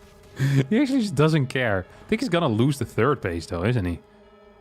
Like the 3rd base seems pretty freaking dead right now for him. I think he's okay giving it up though, because he's up in drones a little bit. He has a lot of cash in the bank. Could he just go for a +1 roach timing attack? Is that vibe? No, he's gonna go for Spire again. Maybe start with a roach +1 timing attack? This is a very confusing start for me. Reynor went for 2 base and then did the thing that you do with 3 base. And Dark went for 2 base and is doing the thing you do... No, Dark went for 3 base, doing the thing you do with 2 base. So both of them are picking the opposite strategy of what you'd expect. And as a result, now Reynor has killed the third base, is up in workers, down in upgrades, up a base, down in tech. So no one really understands as to what is kicking off.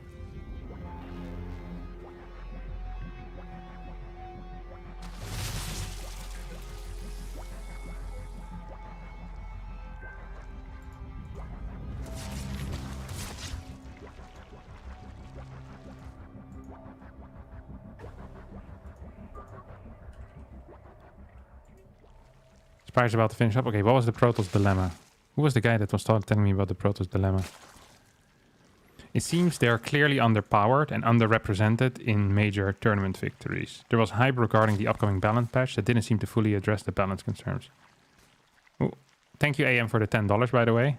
Been unemployed for a little bit, but finally taking a job today. You provided some joy when I really needed it. Thanks for being such a good caster. That's very kind of you, buddy. And congrats on the job, AM.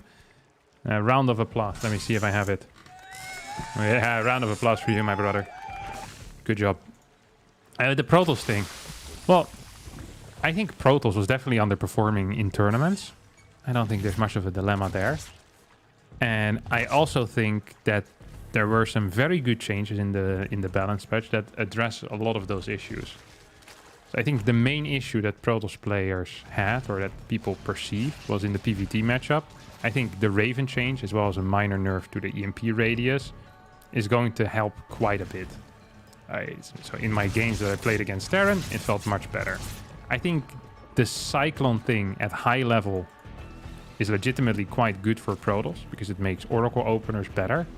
And the Cyclone in the early and mid game seemed useless. However, I also think the Cyclone rework should probably be cancelled, as it doesn't seem to provide any real value in any matchup. And it provides negative value at lower levels for Protoss players. Lower level TOS players seem to be struggling a crap ton against the new Cyclone. And at the higher level, it didn't seem to help make mech much better. So I think that the Cyclone is a distraction, at pretty much. It's not useful, and I think that that rework probably should be cancelled, in my opinion. But again, I'm not the guy in charge. But I voice that opinion. And then I think the Raven change by itself is quite big for making Colossus more viable. I'm still somewhat afraid of 2-2 Terran being on the map with Ghost. I think that is still very strong. I hope that the Immortal thing helps a bit there. It's hard to say. Like, when I was playing games, and we played bio games, so none of the Cyclone stuff, to me personally it felt like the early game leading into the mid game was much better. When it came to the mid game scenarios, it felt very similar. Like, Immortals are a little bit better, but not by a whole lot. So yeah.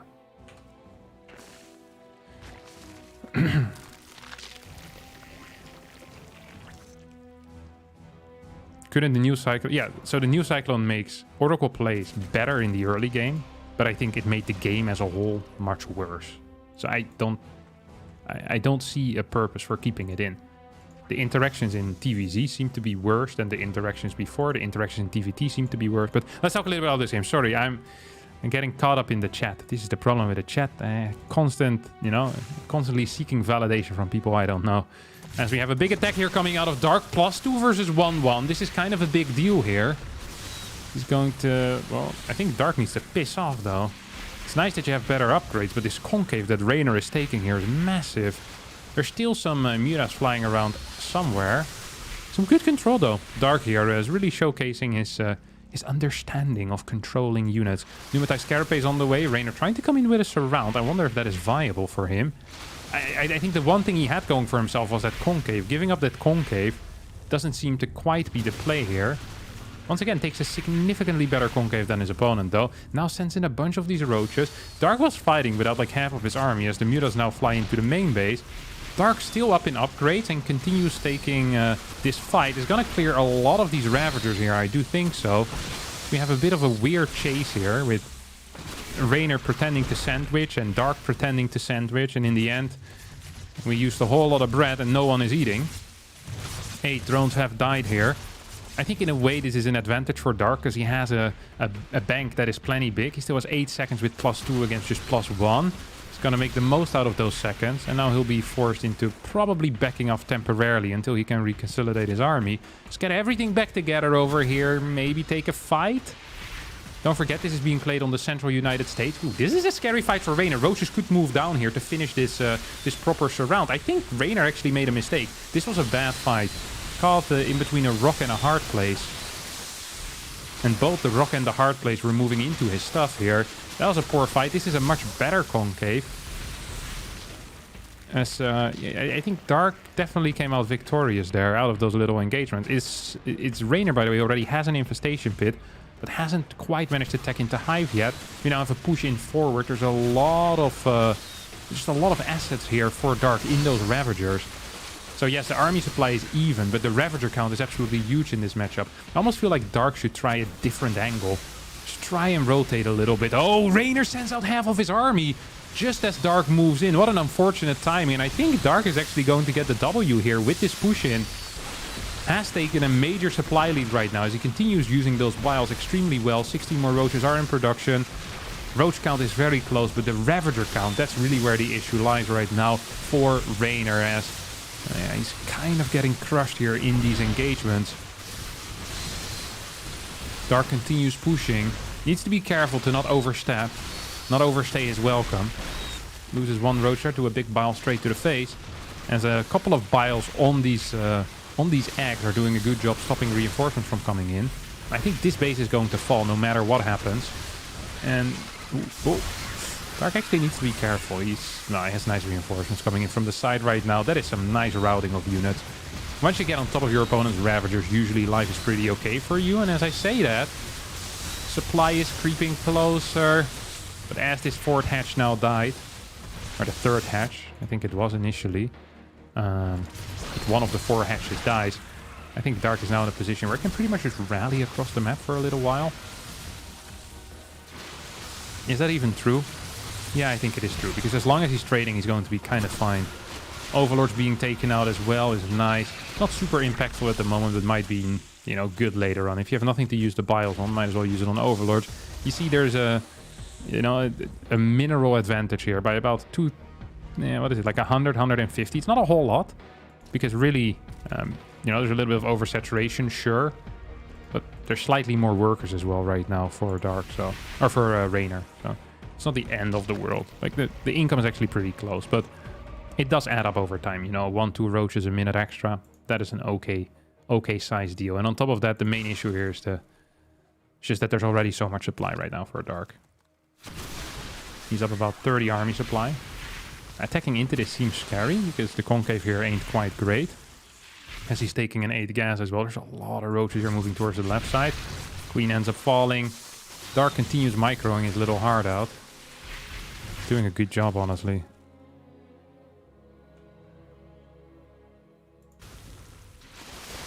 $180 supply to 152. Reynor's trying to stabilize. This is going to be an issue, though. That's a problem, as we call it. Fort base, once again, will be denied. And, well, earlier this was very frustrating. Oh, I don't think it was quite as game-ending as it might be now. Dark, by the way, is flowing a crap ton of cash. He's not injecting wells, building 11 Mutas. Hydra then has been taken out, and he says, hey, if I'm not winning in the Roach battles, guess what? I can still build these Mutas. I was wondering why he was floating so much money. It made no sense, but now it makes a whole lot of sense. The only way he could lose was to a potential counterattack, and a counterattack simply can't happen. I love this transition back into Muta. Phenomenal play here out of Dark, who... I mean, I already thought last game that he was going to win, and this time, once again, I think he's going to win. But I really do believe he's going to win this time. It seems hard for Reynor to hold. There's just a single queen out on the map. So this is going to get pushed back. The Mutas arrive, and GG is going to be tapped out here practically immediately, I imagine. Reynor's looking for a fight, but Dark can just run away and snipe every Ravager individually. Probably be fine. Roach is now moving forward as, more and more Mutas arrive. There's 9 more Roaches on the way. And this is just going to be game over. Ooh, GG as Dark takes the series with a 3-1 score, beating Reynor once in the ZVZ and twice in the Zerg versus Pros with a proxy hatch and a nice little, well, macro all-in type of build in that first game on Ancient Cistern. That is going to be it for this series now. And we're an hour and a half in. We already have played 2 series, so we're basically an hour and a half ahead of schedule. I do believe we're using the accelerated schedule, which means that we're going to be playing instantly again. It's not like we're waiting for the actual starting time. The actual starting time for the next series, Hero vs. Solar, is supposed to be, yeah, at 4 p.m. Central European Summer Time, which is indeed in an hour and a half. Hero vs. Solar, that's on Asia. I need to move there ASAP. There we go.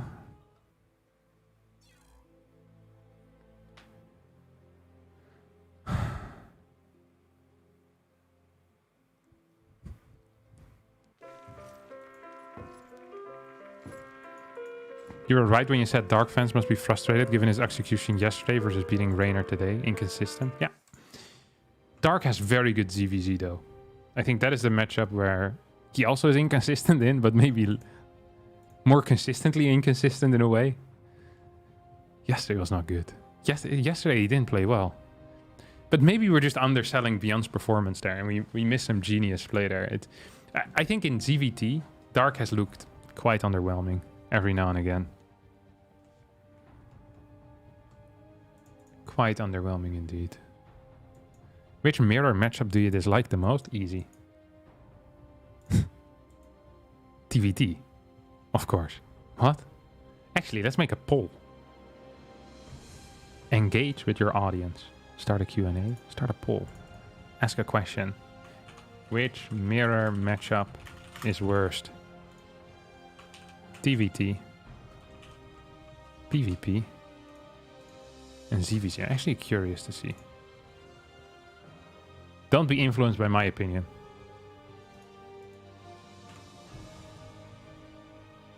I'm very curious. I said don't be influenced by my opinion. Immediately see like 50% going for TVT.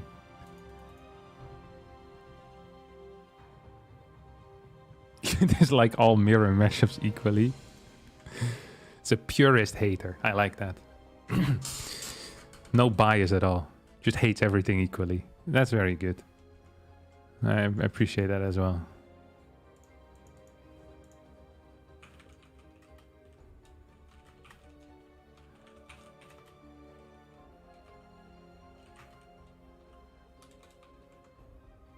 What about random versus random?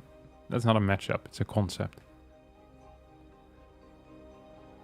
Okay, TVT is winning by quite a bit as well. You're 100% sure the viewers of a streamer are mostly the same race as the streamer? It's probably somewhat correct.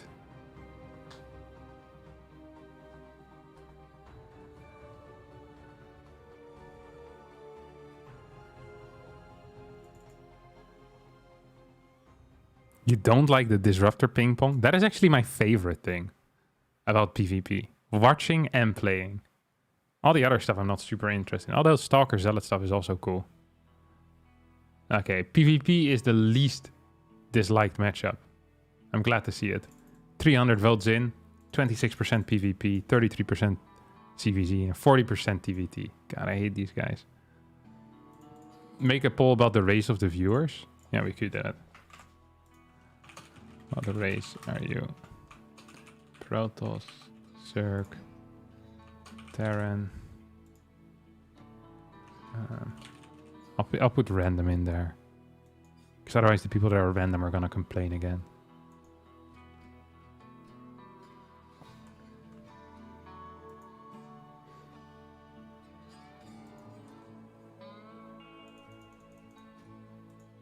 Wow. I feel like this is a... What, the least amount of Protoss players here? This is a lie, surely.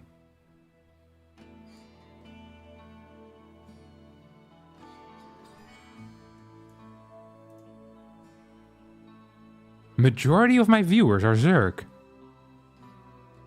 Well, that would make sense. We just watched the ZVZ.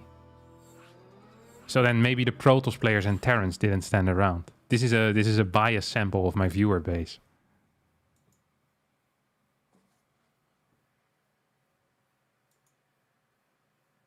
Whereas I don't play the game. I was gonna put it in, but then everyone would vote for that. That would be no fun. Oh no.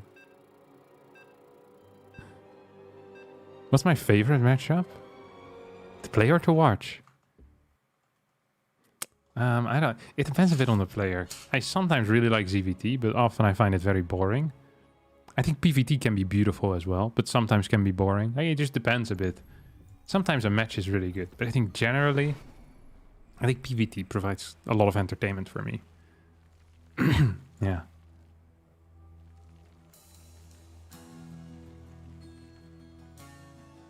Yeah, ZVT is often boring.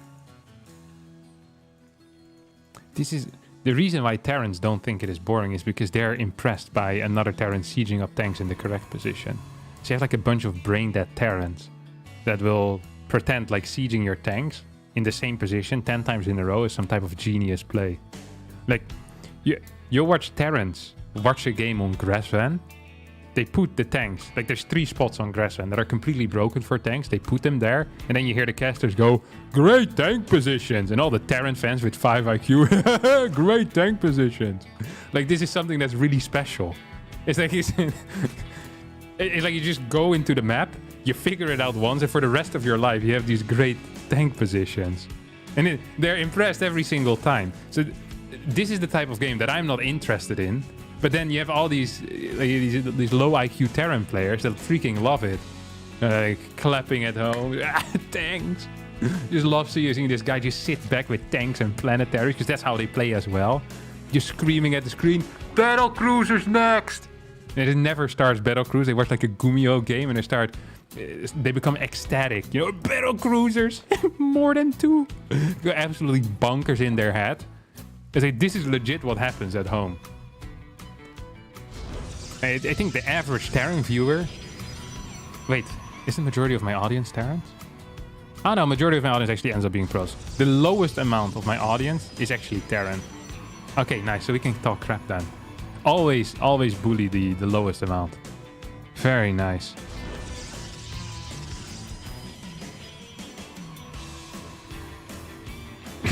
What a defense, a Siege 3 base. Yeah, this is legit stuff like this.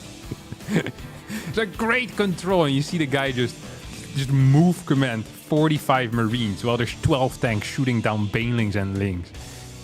It's like, come on, man. This is not it.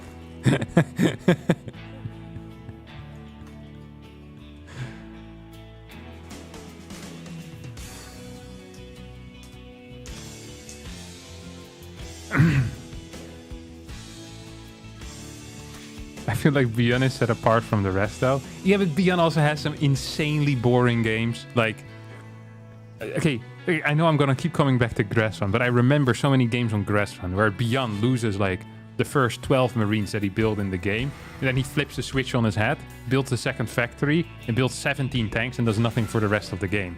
Like, there was a period where literally every game on Grassvan was just Terran versus Zerg pure camp, and it was awful. Like, literally awful. It was so bad. And then it's not fun to watch. But if you're watching a good Ling Bane game, like, I think often it depends on the Terran player, on how they play. Like, if they're playing mine style, TVZ is amazing. It's such a sick matchup. You'd almost want to remove the tank, you know, just so you only have mines in TVZ. Like, the tank can go suck something. You know, I hate that. I mean, I guess you die every single time against roach all-ins, but that's something, you know, we'll need to get used to then. This is the new world, my friend. Keep up or piss off. All right. PVZ oh, wow. Look at this. Hero with some innovation. A 4-gate blink build order. No Stargate opener. Let's see how Solar is going to respond to this. It's building a second gas, which I like. It's going to be a 2-base. Well, let's call this an all-in because it's 6 gateways. This is a build that I haven't seen in a very long time. This is super interesting. Huh. So there's not a whole lot of creep right now, which is normal because it's 4 minutes and 30 seconds into the game. Now, I would like to pretend to know the answer to this particular build, but whenever I play Zerg and someone blink all-ins me, I always lose. So, I mean, this is a learning experience for me too. I think that Ling Ravager usually is good. So you come from behind with the Lings, and you're in front with like the Ravager Roach, and then you go around and then destroy the army, you know? Very low worker count here for Solar. Very high unit count. He's gonna have only 4 queens though. He's building a spine. Good target fire on that first Roach. This is being the fight is being taken off creep. There's not enough links in here for a proper flank. One thing you do want to do is attack the wall, force a warp in behind the wall. Solar in not a little bit of trouble. He's quite a bit of trouble. It's 7 gates of stalkers. There's no roach speed that ever will finish up. Oh, it's good target fire so far. I think he's gonna win this game. He's at least gonna take out this hatchery. Right? Okay, here comes the flank. This is it. This is the moment I was talking about. Now, there's no Oracle to help out against the Lings, but there are a lot of Blink Stalkers here. There are a lot of Blink Stalkers indeed. This fight is being taken off creep once more. As Hero is struggling to stay alive. He tried to innovate. But innovation is a long and tiring process. And Hero is dead. Oh. I got so excited for a second. This is such a desperate Dark Shrine as well.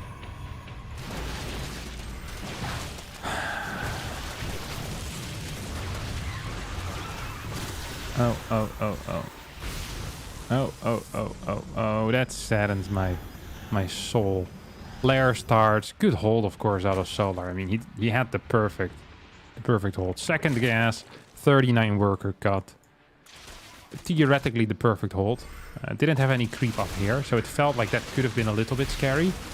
But at the same time, oh, he might blink in here. He might also not. He's gonna snipe one Ravager. He's gonna go for the second one. Gets that too. This is attempt number 2 as these adepts are now dropping. Stalkers being forced back home. Will reach back home as the Dark Shrine is getting ready to finish up. These adepts are dealing more damage than, honestly, the entire blink push earlier. Which is a nice thing. Pick up, pick up, pick up, pick up, pick up, pick up, pick up, pick up. There we go. It's gonna warp in a couple of DTs here. I hope that's out of vision. And then probably send them in. Now, the game isn't necessarily over. This Overseer... Overseer gets a scout. That's a big deal. 2 DTs. 3 DTs. Okay, there's an Overseer at home. That's frustrating. Okay, Overseer comes in. Sees the Dark Shrine. At the same time, Prism goes in. You have the Adepts in this base, as well as a DT. He's actually going to deal some serious damage here. Unless he doesn't. But he is. He's dealing serious damage. 4 work kills already. Could kill more if he microed this DT as well. He's gonna drop a DT in the natural too. That's getting kills. Solar, not with the sharpest defense so far. Has cleared most DTs or all DTs. One of the two. So one more DT making his way across the map. He's gonna perhaps get 1 or 2 more kills. Now the funny thing here is that despite he pretty much failed early game, Hero is still in a position where maybe he can... can he do something? There's no roach speed. I think Solar forgot about roach speed. Or maybe he's just completely focused on pure links right now. Having 1 Archon in the back against this would be freaking huge. There is +1. Means that Zealots are also quite strong against links. There's a DT now walking in here. He's gonna get caught by that spine. Solar pays attention. He's gonna catch this. And that's frustrating. So 4th base will be thrown down here. For Hero, gets a snipe on that 4th. And as a result, it's not even going to lose that many Stalkers, honestly. It's getting an okay trade here. It's really getting an okay trade. Need to be careful because Baneling speed is about to finish up. And that could make, matters a little bit difficult. Hero honestly doing a good job here with a crappy situation. He's been dealt a bad hand. Or well, he dealt himself a bad hand, really. And then... got upset with his cards. This is like cheating in poker. But rather than giving yourself 2 aces up the sleeve, you give yourself like a 2 and a 7 offsuit. And then complain about your cards when they don't work. I played my cards the best as I could, but I just got crappy cards. It's like, well, You could have just given yourself different cards then, mate. Might have been smarter. This is going to be a hard push to hold. Some people might even say impossible. Zealots will drop out. Pick up on the Zealots. This Prism is fairly low, by the way. Extremely high Stalker count. So we're going into a Robo Bay. If... yeah, I don't know. I don't know what I was going to say here. I'm thinking of a win condition here for Protoss, but... like, if he holds this push, keeps the base alive, doesn't lose any workers, and also doesn't lose any units, I think we're in about an even game. Misses a force field there. Dana is just walking through like it's a casual stroll in the park on a Sunday afternoon. As the Ravagers and Lynx are now fighting against the main armies, the Stalkers got blasted by the Banes. This game is going to end up ending. As this is actually a good run by. He's not focusing on the drones individually though. That is definitely a mistake. This Prism is here. At the same time, everything is dying on the other side. So, I mean, even if he killed 35 workers right now, he'd still be dead. I wonder how many workers he'd need to kill in order to be in an okay spot. Maybe like 50 or so. I think if you kill 50 workers here, you're probably still dead though. It still doesn't look good, even with 50 workers. And also that isn't happening, so it's a stupid hypothetical.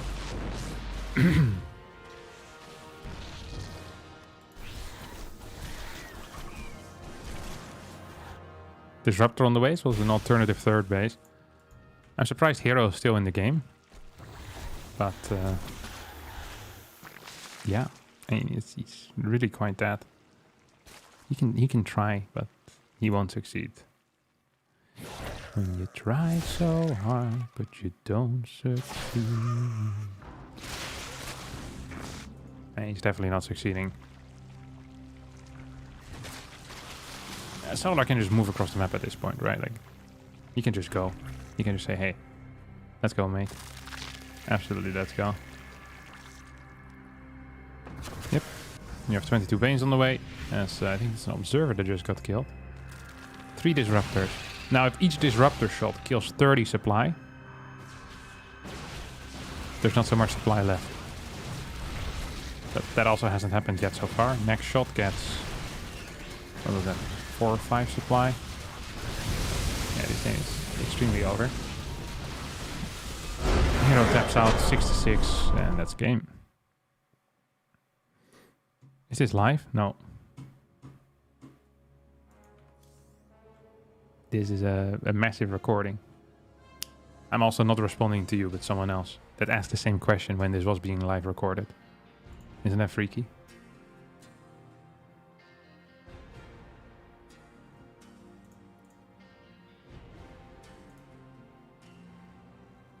Who's better, Max Packs or Classic? Max Packs. Yeah, Max Packs way better.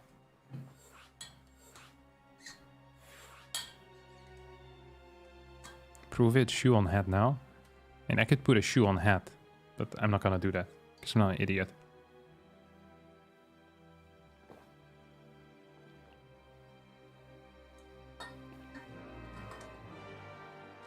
What's the best game of your career? I don't know. Don't really have a best game of my career. A series that I was very content with was the series I played against Jakchi in WCS Premiere, round of 32 in 2014 or 2015. I think I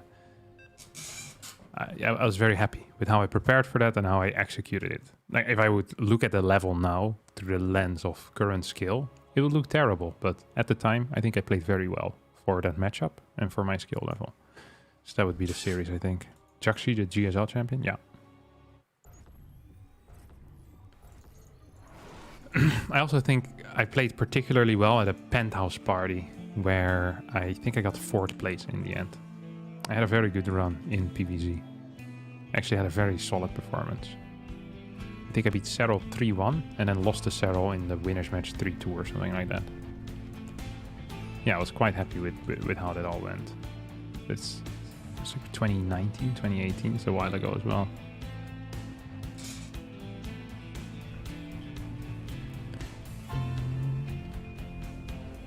Let's see what the hero is going to be up to. Oh, look at Wardy go.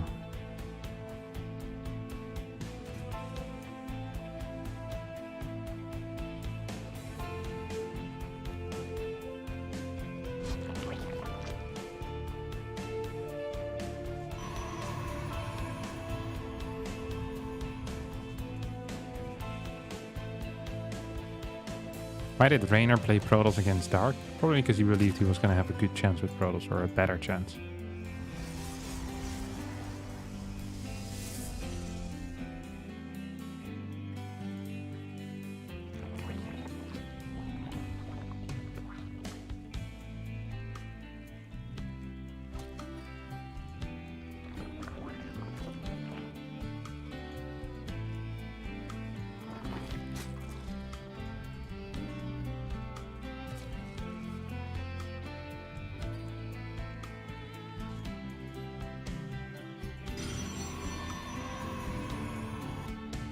Fairly standard game so far. I'm literally zero worried about anything happening here.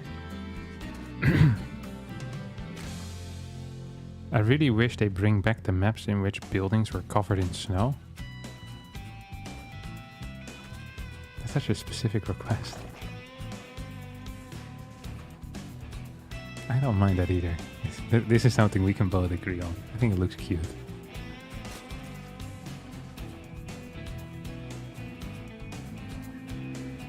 I wish there was a map in StarCraft 2 that basically is just, it gets played during Christmas and Santa shows up and drops random minerals all over the map. And whenever it happens, you hear yo ho ho, whatever the Santa say, ho ho ho, bo ho ho, yo ho ho. And then there's a mineral drop somewhere that you need to go towards. You know, you fight for it with your opponent. I think that would be pretty sick. But you can't pick it up instantly, you know?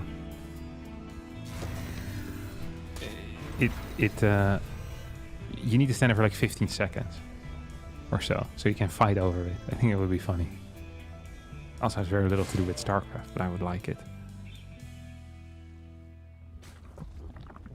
I wish they'd bring back the map where you could block the ramp with one pylon. Now that is something you and I share as well. Alright, let's have a look at this game. Adept Shade finished up in the main base. Hero's looking for some damage. He's going to perhaps kill a Ling here. Could go for the drone. Gets a drone. That's a nice start for Hero. Despite this being on the Korean server, that's the lowest possible ping for both players. Solar didn't manage to get that spore up, so nice control. Hero doing a good job. He's going to shade out with this one as Metabolic Boost is about to finish up. And the first Oracle has now officially popped out. Let's see what he will be capable of doing with this Oracle. Is he going to be capable of doing anything with this Oracle? That's of course the real question. Let's see.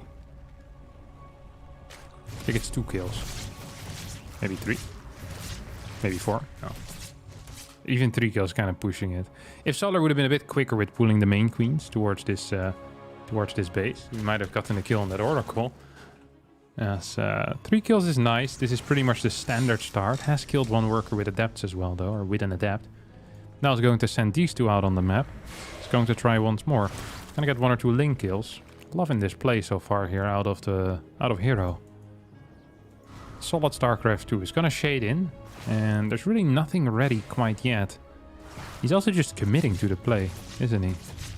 He's absolutely just committing to the play. Cancel, cancel, cancel. Yep, definitely a cancel here. He's gonna take out 3 workers. And I think that is worthwhile. Also forced out a bunch of Lings once more. Oracles now make their way over towards the main. Queen's not in position. Look at how poor Solar's vision is, by the way. 2 Overlords just in nothingness. While both this bottom side as well as this top left side are completely empty. Completely devoid of Overlords. Kind of sloppy play there.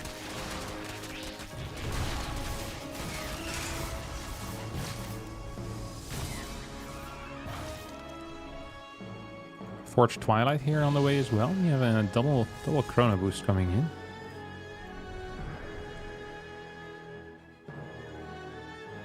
Poof poof. It's Couple of nice poofs over there. What's the overall worker kill count? We're at 11 right now. 11 in 5 minutes and 34 seconds. That's a decent setup, I would say. Has lost 4 adepts as well, but has also killed a bunch of links. So overall, I think we can look at this through a positive lens, you know? I think Solar is going to be happy with all of this. He definitely is going to be happy with all of this. He's building quite a few links right now. Not sure if this is to deny potential fort phase or what the actual play is going to be. We have a Templar Archives, Robotics Facility, Charge +1. So completely switching away from that heavy blink style that we've seen Hero play in the past. Also throws down a Dark Shrine.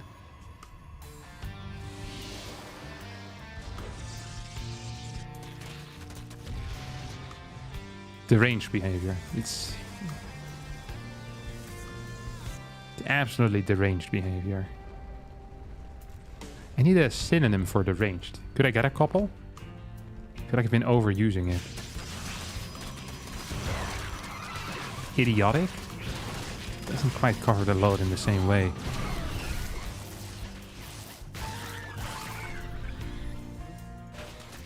These adepts are gonna get taken out.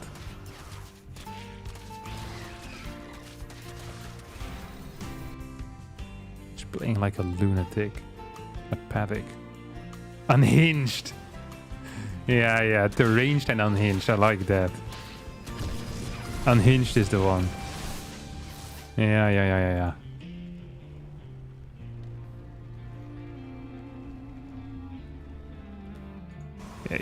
I'm not entirely sure why we're building and a Templar Archives and a Dark Shrine, but I'm not very keen on this. I'm also not very keen on the push he's doing here. This is a what? A 9-gate push. Have I seen that correctly? Late fort base. No follow-up behind this quite yet. It's giving Solar a decent chance to come back into this game. While Solar's just trying to survive right now. He wants to get to +2 and survive. These are the only things that Solar can do. Going for anything aggressive right now would be suicidal. Some would even call it unhinged.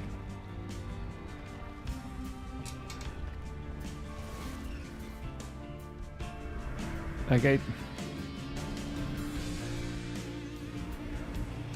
I don't understand this at all. I don't understand what Hero is doing.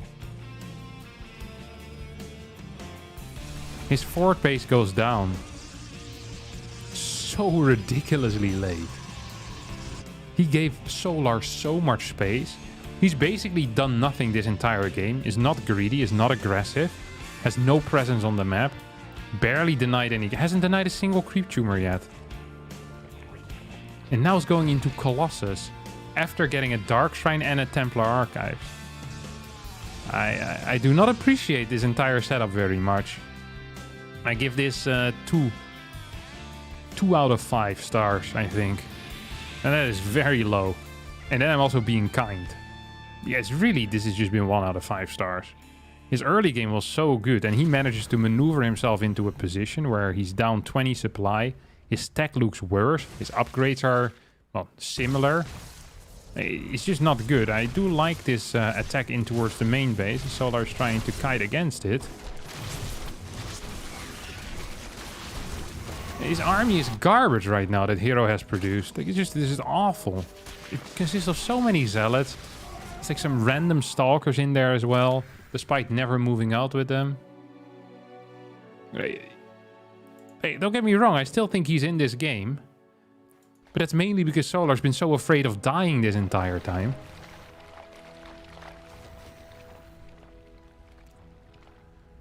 Wouldn't completely surprise me if Solar tries to go for a bit of an attack here, though. With a couple of Banelings, +2 melee attacks as well. He's sending these pneumatized Carapace Overlords in.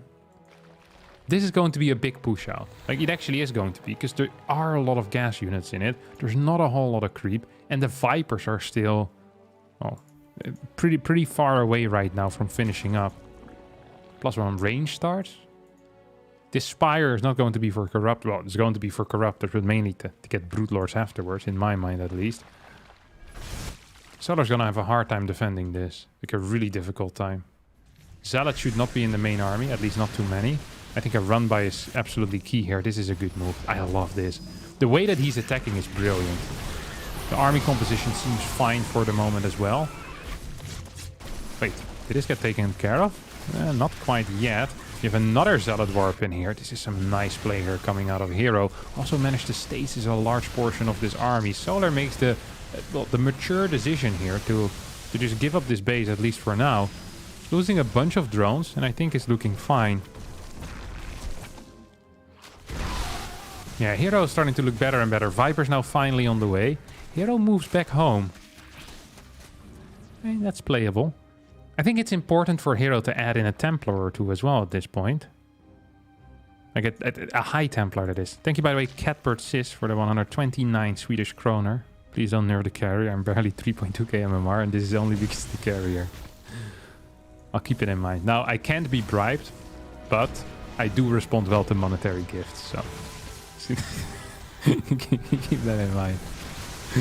We're gonna have 9 Archons here. I mean, this should be over. It really should be over. Yeah. Solar just doesn't have the money available to deal with this. I thought that he might have had a chance, but Hero played this out professionally and dealt with all the threats that were there. I think there was one point. Oh wait, I actually don't have time. I wanted to see the replay, but I can't. That's live.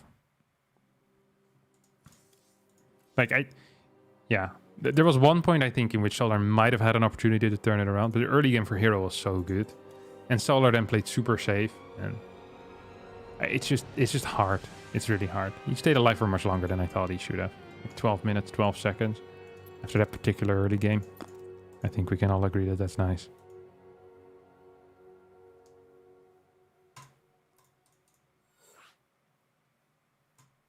Is there any info when the new patch might go live? Not that I'm aware of. I mean, testing is still somewhat going on, and once the testing is over, then I think there might still be some changes. Maybe one more round of testing. And at some point, we will go live. There's also some implementation issues, obviously, and quality assurance, which just takes a while. Like, always takes a while. Especially because the last few times things have been implemented into the live game, it broke some other things. So I think I'm going to be a little bit more careful when it comes to that. Can we bring back Arena in the next map pool? And we could. I pray to the lords that we're not going to. That was not a very good map either. It did give interesting games, actually. I wouldn't mind... Well, Tempest rushing might have been a bit much.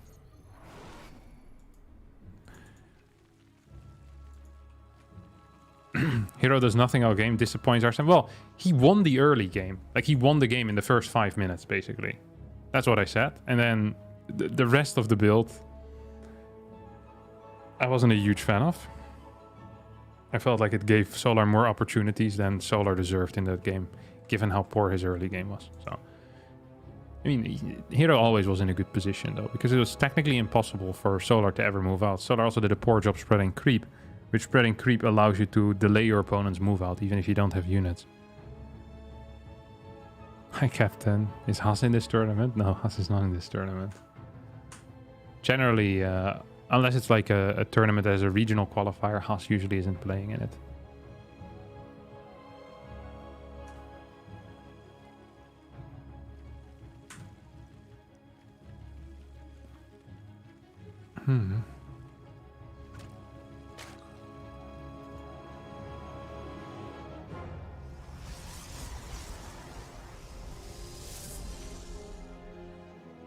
Alright, let's have a look at this game.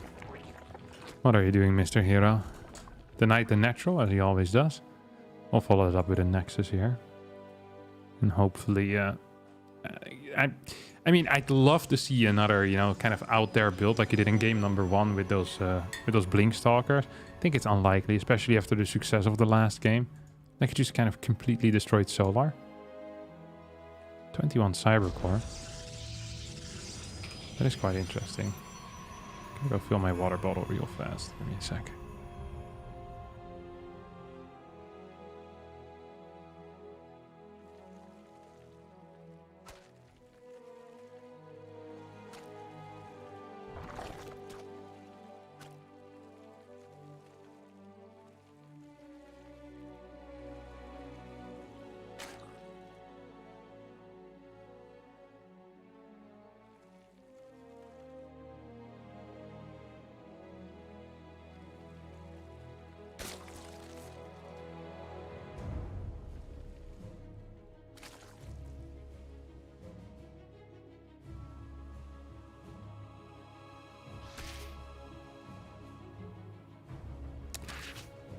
All right.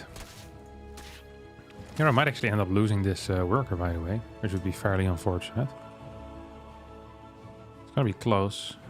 Oh, gets the HP just barely in time, and as a result, it's going to be just fine there.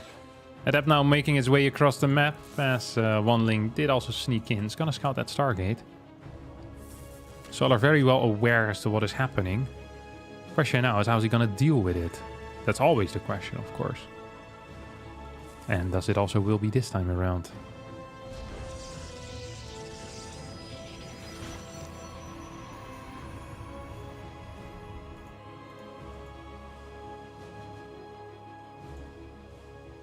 Oracle on the way. I kind of like this type of hatchery placement a bit more. Often makes it harder for the Protoss to fly away with that initial Oracle. And also to find angles is harder. I hope the Overlook spread is going to be somewhat better as well. I think last game Solar was lacking a little bit when it came to that. Yeah, this one now is going towards the bottom side and should be fine. You have how many links out? 7 links out. 31 drones to 36. This got spotted, and as a result, Hero is going to reroute that Oracle now towards the main base. This natural drone might get killed. No, Hero not paying attention. Very good start for Solar so far. So already much better. Last game he lost 3 workers to the initial Oracle. Right now he's lost 0. He's also lost no workers to the initial Adept. And no extra workers to the next 2 Adepts. Once again, drone isn't gonna get killed. We have 2 Queens still in the main base as well. So we're gonna go up to 7 total. There is a Spore over here. And there's an Evo Chamber on the way as well. So yeah, I'd say right now that this is looking pretty freaking tight for Solar. If you compare it to last game, this has been much, much better. And that's really the only thing that matters, is that it's better than last game. Better than last time is always what you want. Oracle comes in with a stasis. It's not gonna get a hit here. Very good cleanup out of Solar. Solid movement. Solar very, very fast, by the way. Very, very quick. Let's have a look at his first person. It's very relaxing to watch for me. Boom, spreading creep. Starting his +1 melee. Wants to get a 4th hatchery as well, of course. All of that single gas.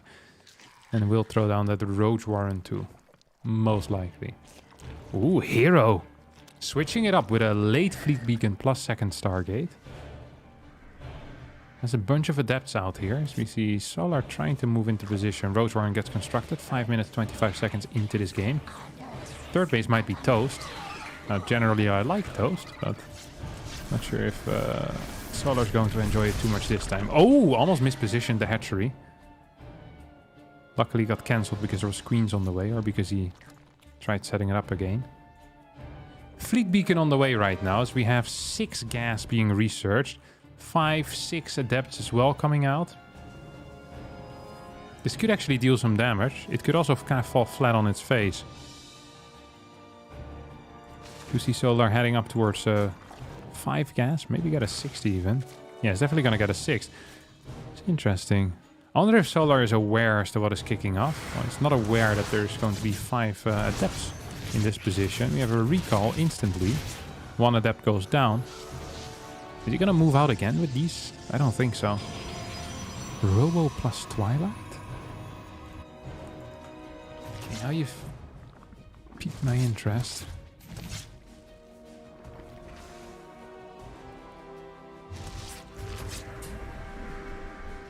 So it's like a 2 carrier rush into like Blink Colossus or into Blink Immortal. Into Charge Immortal Archon. You have a Spire on the way. I mean, Blink would be fantastic here. You get a Warp in as a backup. I don't think there's actually any cash for that. Now there is. That's out of position. Is it? No, it's perfect. Of course it's perfect, Harstem. Are you an idiot? Overseer gets the scout in. As these adepts manage to shade across, Link's completely out of their... well, out of position, not in their natural. Now these bad boys are going to go in towards the main. At the same time, carriers start moving across the map. Next two also already on the way. So it's going to bring the total up to 4 carriers. 20 drones have been taken out. 23 drones. And despite Solar playing a pretty okay game this entire time, hardly losing anything. Now all at once, all that hard work, well, pretty much undone. As the carriers also start marching across the map. These guys are hitting freaking late, by the way. Holy cow. That is a late carrier attack, ain't it? That is a real late carrier attack. Corruptors in production. As the next 2 carriers are also popping out right now. I think this will need to be a recall. Is a recall available? There's no recall available. That means that these carriers could actually end up dying. And that would be... well, not great, to be quite honest. That would actually be pretty freaking awful. We have a stasis ward hitting right now. So Links are looking for something. It's going to be 10 corruptors on the map. As the oracles are... well, can I get a revelation here out on the corruptor force? Is he attacking... why is this stalker? Why does he hate this stalker so much, huh? A single interceptor as well. Wait, how do you even do that? What? How do you attack with only a single interceptor?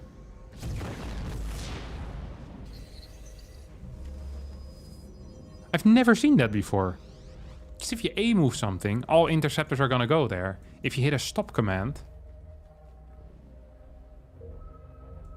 how do you kill something with just 1 interceptor if you have more available? Is that a bug?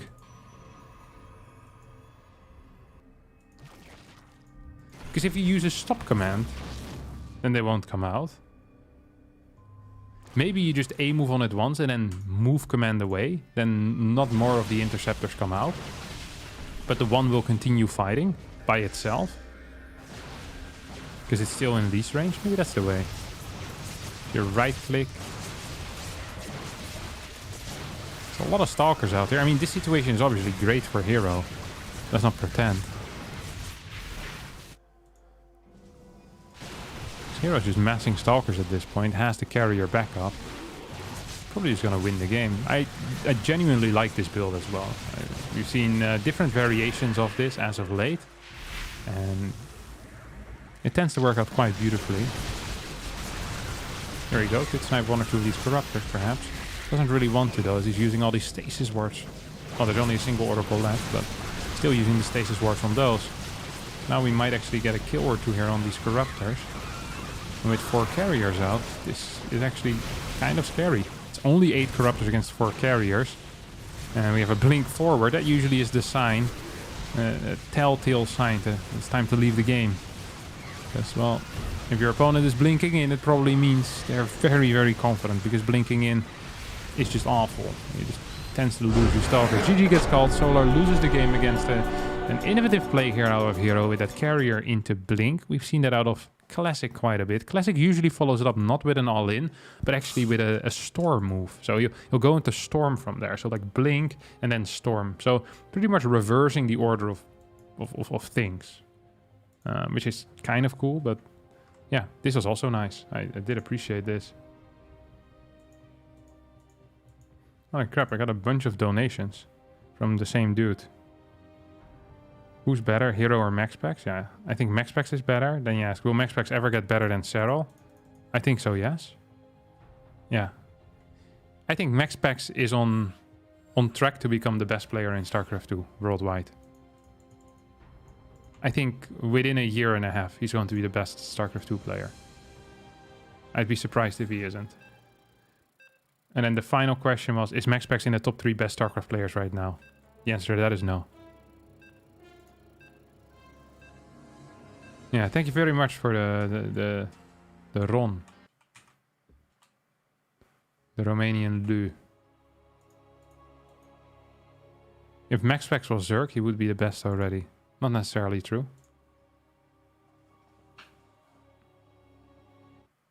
I think MaxPax's style might have fit very well with Zerg though. Because he tends to be a one build order user and he likes to iterate build orders a lot. So the one matchup where he can play the same thing again and again in PvP, he's very, very good at. So you might be true. If we assume that all races are as easy to get good at, then yeah, he wouldn't have been the best, but he might have been slightly better. Because I think Zerg probably fits him just a bit more. But he's also very aggressive, so it's hard to say. I wonder how he'd play as a Zerg. He's quite pragmatic with Zerg whenever I see him off race, but yeah. I have to wait and see. MaxPax initially played Terran though. People don't know this. But he played Terran and then he switched to Protoss because he said Terran was too difficult. And it's actually true.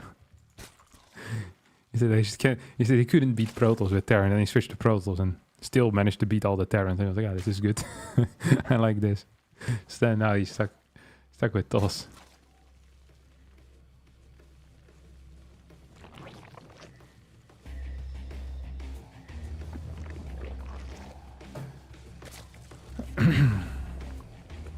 We have a little bit of harassment over here, which is always nice to see.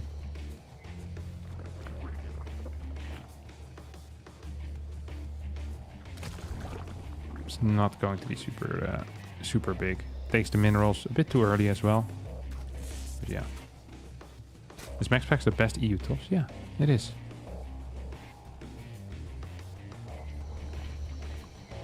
Does TOS inbar or does MaxPax suck?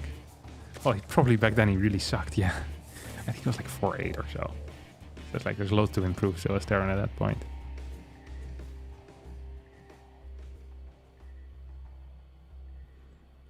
Yeah, he's the second best TOS in the world according to the League Luck ranking. In a direct engagement, MaxPax tends to win. So yesterday MaxPax and Hero played and MaxPax completely destroyed Hero. It really was a 4-0 victory despite him losing one map. But yeah, MaxPax is... It's kind of unfair because I think MaxPax is really good in PvP. His weak spot is against Zergs, usually. From what I've witnessed so far. But he's getting better. Showtime sucks, lol. Like that's obviously not true. Showtime is legitimately a very, very good player. Like, ooh, this is a nice move. Might actually get the full-on block here. In general, I think saying that, like, top 3 pro gamers of their respective race in their region or just of the respective race in general suck. It's kind of a weird way to look at things. Like you could say he's worse than MaxPax, but Showtime obviously doesn't suck.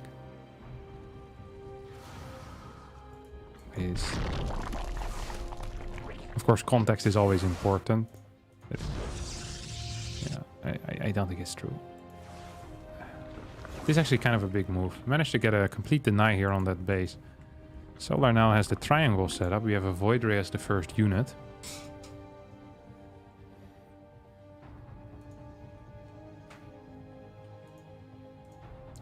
And then the question is, will he get straight into tech from here? Or just Oracle? Okay, it's gonna get Oracles behind it. It's interesting. This is probably the worst map. At least I perceive this to be the worst map currently in the map pool for Protoss. Like, I honestly... okay, well, never mind. Neo Humanity is also really bad. And Altitude is also awful. Okay, let me rephrase that. This is my least favorite map that I have to play in best of 3s. I think it's really quite good for Zerg. So I don't like it one bit.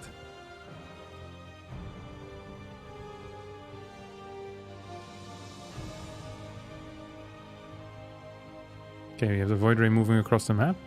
There's no real defense against any potential links. Gonna use the Void Ray Oracle combination here to maybe clear a queen or something. Could have tried for it. Let's take a look what this Oracle is doing. Weird movement with this Void Ray. I'm not entirely sure what I think of this. I give it 2 stars. The Void Ray movement, nah. I feel like it was a distraction. Nah, 2 stars. It's really just a 2-star play. Oh, when I say worst map, by the way, I don't mean as that I find it a terrible map and the map maker should, you know, we should find this guy and beat him up. I mean that it's a map that I think I really struggle in against Zerg. There's a difference there. There are some maps which I think, you know, I don't like the map altogether. But I think Dragon Skills tend to actually provide fun games. It's just, they tend to provide games in which I end up losing, which I don't enjoy as much as a competitive player. Okay. This is a nice movement. This was good. This was really good. 7 kills here. There's no Spore in the main base, and the queens weren't in position. If you're gonna play without Spores, then at least be in position. This is the Zerg conundrum. They all want to skip Spores, but no one wants to have queens in positions.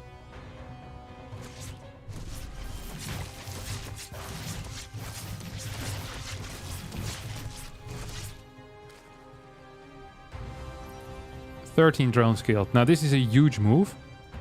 I do feel like that hero is fairly low on workers himself as well. And very little links have been built. So yes, this looks extremely good for a hero if you just look at the workers killed and at the resources lost. But I think this is okay-ish. These 2 adepts could really ruin the party though. Oh, these adepts could definitely ruin. There's still nothing here. Yeah, this could be very ruinous. This could ruin the man. You get like 4 or 5 kills here. That would be kind of big. It's gonna only get 3, maybe 4. Yeah. Okay, 4. And the Oracles didn't make a move during this. I thought Oracles were gonna come in as well, but he didn't do that. Void Ray is gonna take out this Overseer, which is actually nice. Well, should take out this Overseer, which is actually nice. Gonna have a Blink follow-up. That's interesting. Don't think that's going to achieve very much.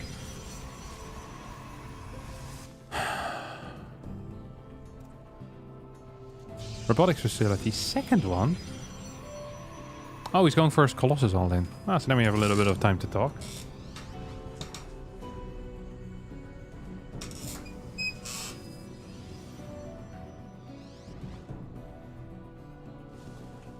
Because now not much is going to happen. I think he might... Ooh, actually. He's moving out here. It's kind of weird to move out without any real commitment behind a Stalker push. Well, it's not weird to move out, but you don't tend to see it a whole lot. Because it can be risky against high link numbers. There's not high enough link numbers, so now it's completely safe. Especially if you have Void Ray and you have some Oracles nearby. I do like this setup that we're going for here as a hero. Haven't lost a single Stalker yet. That's great, because he's just taking out units for free. It's gonna take a extremely late fort base over here, by the way. He's just going to be building Colossus, push across the map with pure Stalker Colossus. This is a build that he was doing a lot on Grassvan. On Grassvan you have some cliffs to abuse though, so it's much better on that map. Here there's not that many cliffs that you can abuse. Prism does move into position to perhaps try and go for the warp in the main base the moment charge finishes up. As now 2 disruptors are being morphed. We have a quick tech into Hive here out of Solar. And a fort base in line formation. Very interesting.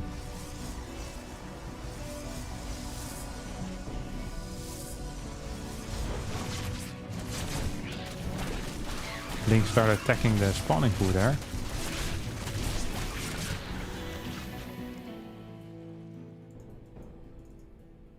Six Stalkers popping off.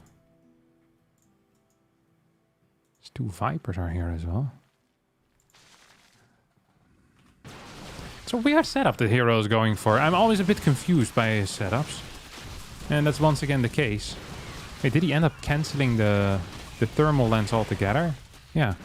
So he cancelled the thermal lens altogether. He's now just purely building disruptors from 2 robos. Is that a prism in the main? Yeah, it is.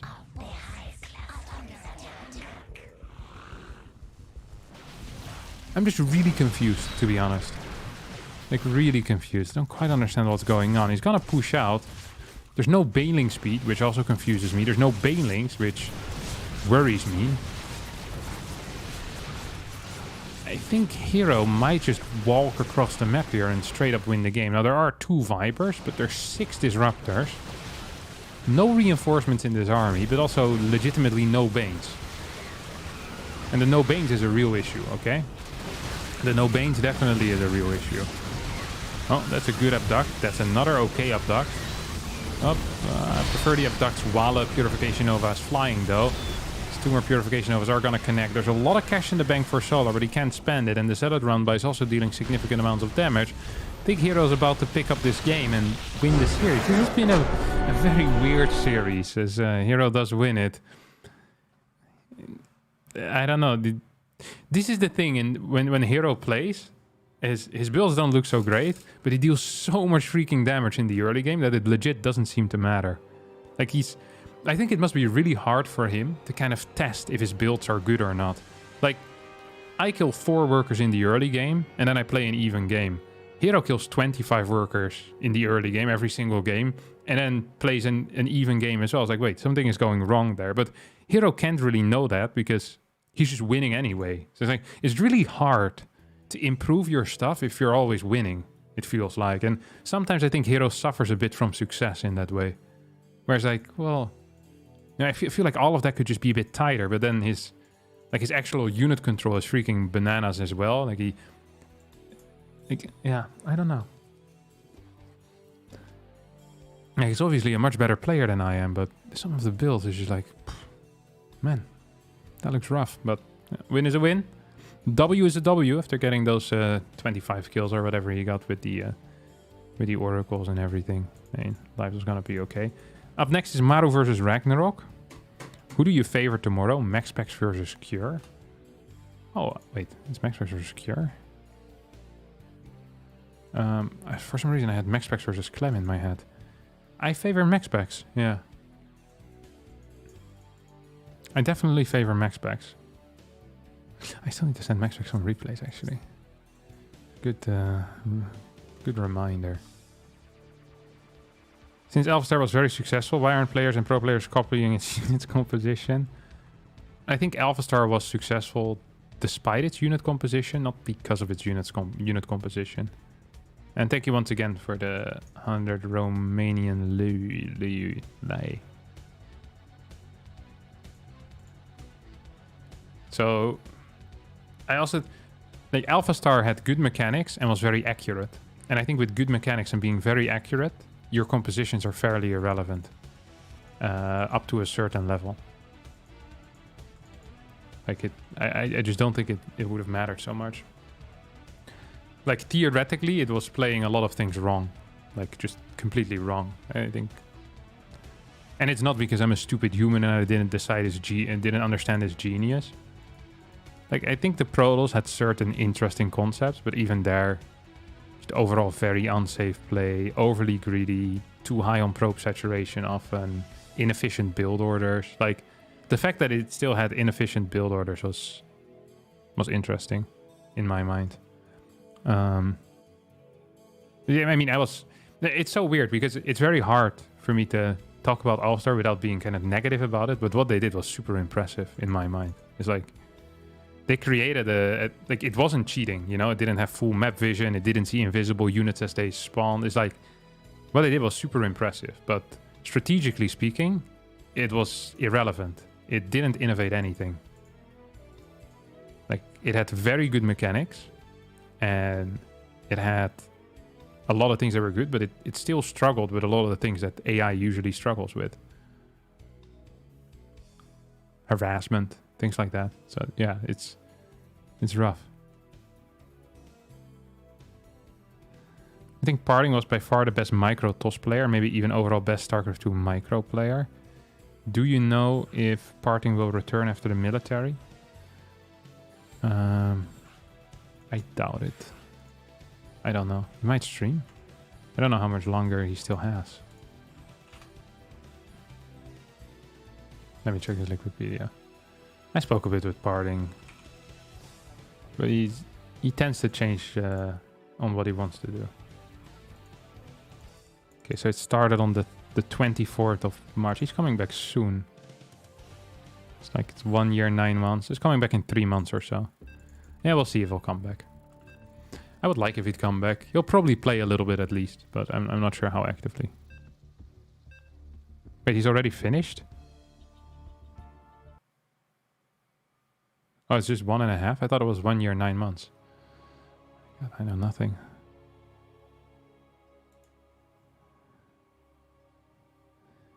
Do we think we'll see the return of Stats to top form?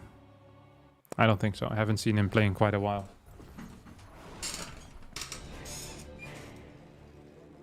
When will the new map come? New map with, I guess, new season, probably. That's what I'm expecting. I'm not entirely in the know there. Oh, he has finished his service. Okay. Yeah, honestly, I never talked with him about military service. We just talked about other stuff. SOS will come back. Also, well, SOS already is back, but I don't think he'll come back to form, to be honest.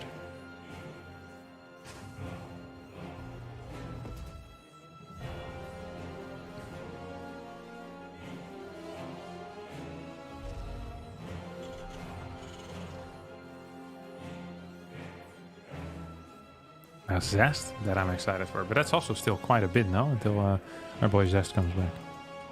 Anyway, at least Alpha Star showed us Disruptor is good. I think everyone knew Disruptor was good, no? I don't think that was weird.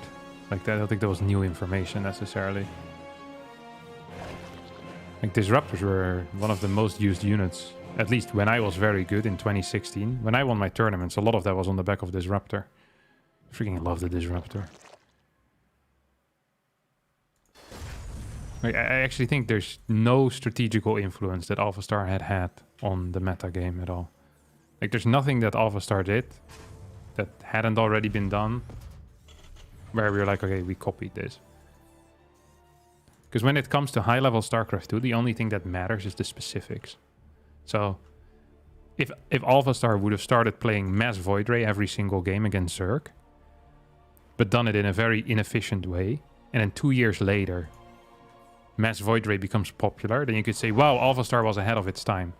But in reality, I mean, there's many people that play Mass Void Ray, and you can play it to a very high level. But the specifics really matter in StarCraft 2. Like, you have people that only build Reapers at the 4K level. But then when Beyond started playing a crap ton of the 2 Reaper, or the 2 Rex Reaper opener, what we're seeing right now as well, this is completely different. Like, it's not the same thing at all. I think people understand that, sometimes don't understand that that is the only thing that matters, is that you get the specifics right. Like, everyone can make up a composition, or like, I could go out tomorrow there and start playing, like, Mass Stalker Disruptor in every matchup, and I'd probably get similar MMR to what Alpha Star got. It doesn't, and then if in 2 years from now Stalker Disruptor becomes the best composition, it doesn't mean I was ahead of my time. It just meant that I played Stalker Disruptor, but if I don't get the details correct, it literally doesn't matter. Because it's not the best performing strategy, and it wouldn't be the best performing strategy.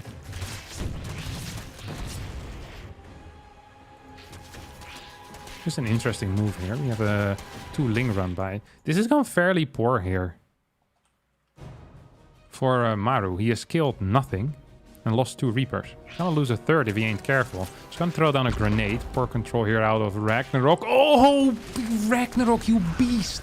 Here I am saying you control that poorly, but this was freaking genius, you monster. That was so nice. Built 17 Lings. That is quite a bit more than you want. Usually you only end up going up to 12. But kills 3 Reapers and only loses a single Link. That was so nice. Such a quick split there. Such a quick split. This super sucks because Maru is following this up with a 4x, and that means that he needs to deal some darn damage over here. And if he ain't dealing no darn damage, he's going to be in a world of trouble. This is a dedicated, a committed pressure. Oh, I wanted to see the actual Aligilak between Maru and Ragnarok. We'll go into this after this game. I can quickly do it probably. I have faith in my ability to navigate to Aligilak at a high pace. It's ridiculous how one-sided that is.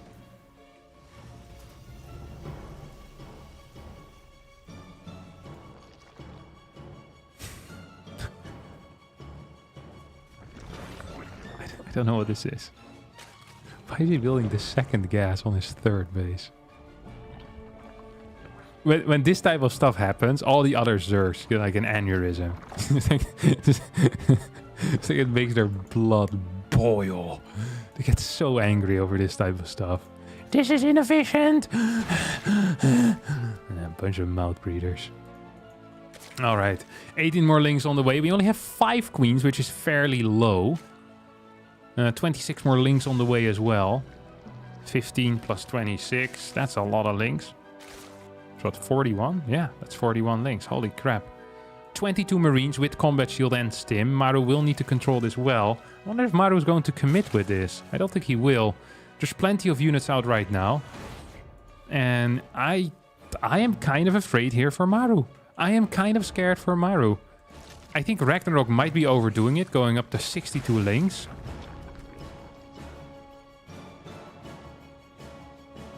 Fourth base could go down, and I feel like he could have cut maybe 10, 20 links. So that would have meant an increase of maybe 10 workers or so. Oh, Stim gets shot here. I think Maru was real afraid of being surrounded, and probably for a good reason. Ragnarok should not commit here. Once again, Ragnarok with a very good early game. This is a trend that I've been witnessing in his games, by the way. Ragnarok has a fairly good early game, and then the first big fight in the mid game, he's like he kind of poops himself. Like, it's actually true. You should watch some of the stuff. I know it's sad, and I shouldn't laugh at this, but it's also funny. But he just. It's like he like fumbles it immediately. You know, he's like insane in the first 3 minutes. Like, it's one of these chess players that knows all the openers. I think it's like a minor lead or a major lead in the early part. It's like up a pawn every single time. Then the moment the mid game starts, he accidentally like hits the chessboard, so then everything flies off. It's like this type of stuff. It's like, mate, like we don't have to be on the opponent side of the map right now with 60 links. Like, we can just chill at home and go up to 75 workers. Probably be fine because we have so many freaking units out already. Just focus a little bit on creep spread as well. Have some links spread out on the map, and maybe potentially a run by that you can set up when your opponent moves out. He keeps attacking into Terran players that are at home with like 40 Marines. It's like, yeah. And kind of side-eyeing that. Like, well, maybe this is not entirely the play here, Ragnarok. And he's like, yeah, maybe it wasn't. Like, he's on 63 drones. He had a sick early game. I feel like he's backing himself in a corner that wasn't even there. We're in a round room right now. But Ragnarok has found the corner and he's in there. There's 8 more drones on the way. Finally. This could have been done ages ago. This really could have been done ages ago. Like, he has 68 links and 14 banes. He's producing Hydras. I would love to see a 5th base here. I mean, he's spending his money very well, but it's also because he literally has no income. Pre-spread's looking quite healthy. No pre-split on the units. No baneling speed yet either. That's going to make this hard to deal with. I think you probably want to wait maybe a little bit. Try to go for a surround. It's going to get good connections there. Not everything could have been picked up anyway, but still. Solid stuff there out of Ragnarok. Actually, this is a fairly good start of the mid-game as well for him. Takes out a bunch of Marines. That's going to relieve some of the pressure that was on him from these medevac drops. As Maru accidentally started +1 infantry over armor over infantry weapons, and as a result is going to have very poor upgrades for the upcoming, well, for the rest of the game really. It's going to take a while for him to get even with his opponent. Like, if you're down an armor upgrade, it's not the end of the world, but being down an attack upgrade is actually very frustrating. Makes the Marines much worse. Banelings here trying to run in. We saw that setup shift click already. I think Maru is going to play a defensive game of StarCraft 2 right now. He's up to 8 barracks. Only has a single factory though. And has so many reactors. He has 7 reactors and 1 tech lab. So specifically with this build that he's playing here, with an 8-rex into mass reactor, getting infantry weapon upgrades would have been huge. This is a massive blunder here out of Maru. And he's gonna pay the price for that. Not necessarily in losing this game, because he still has a lot of units. He has 3 tanks out. He is fantastic micro, as he always does. But the fights are going to go much worse for him. That is the one thing I can guarantee you. Because banelings will take much longer to die. Lings will take much longer to die. And the way that Marines die is against banelings anyway. It's not like they're being attacked by Lings majority of the time. This is a big run-by setup. I do kind of like that. Ragnarok probably should try and expand towards the top side. Yep, there we go. Throws down that hatchery. Had the same idea as I had at the exact same time as well. And then just give up this base. But you don't just want to run away. You want to pretend like you're holding it. And Ragnarok is a king at pretending that he's holding it. This command center is gonna die. This is a very big deal. Nice move out here coming out of Ragnarok. Taking out a bunch of workers in the natural. Clearing that command center. And that means that this push out of Maru that had a follow-up now doesn't have a follow-up anymore. This is it. Maru is completely all in. He's on 30 workers against 81 drones. Ragnarok is completely destroying his opponent. This is destruction at a higher level, my friends. There's 10 medevacs out. There's 95 Marines. These are big numbers. The army supply is still freaking massive.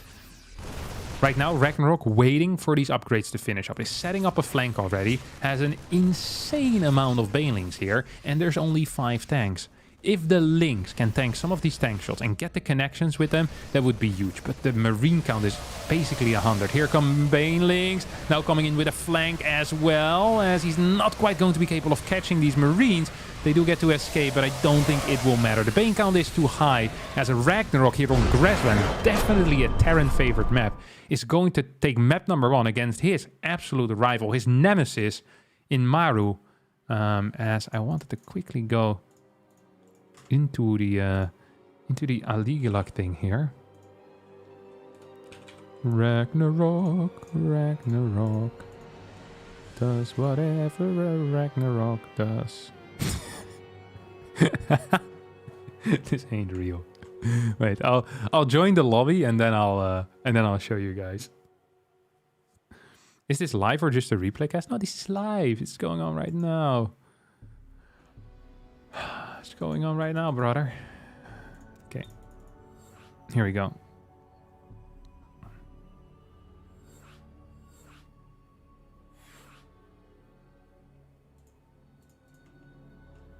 Okay. Look at this. Okay. This is the match history between Ragnarok and Maru. He won 1 game once, a best of 1 in 2019. 1, 2, 3, 4, 5, 6. Actually, it's up here. It usually tells you the series. Okay, so map score is 51-8. And it doesn't say the actual 1, 2, 3, 4, 5, 6, 7, 8, 9, 10, 11, 12, 13, 14, 15, 16, 17, 18, 19, 20, 21, 22, 23, 24, 25. So in series, it is 25-1. And the only win is a best of 1. The only best of 1 they played.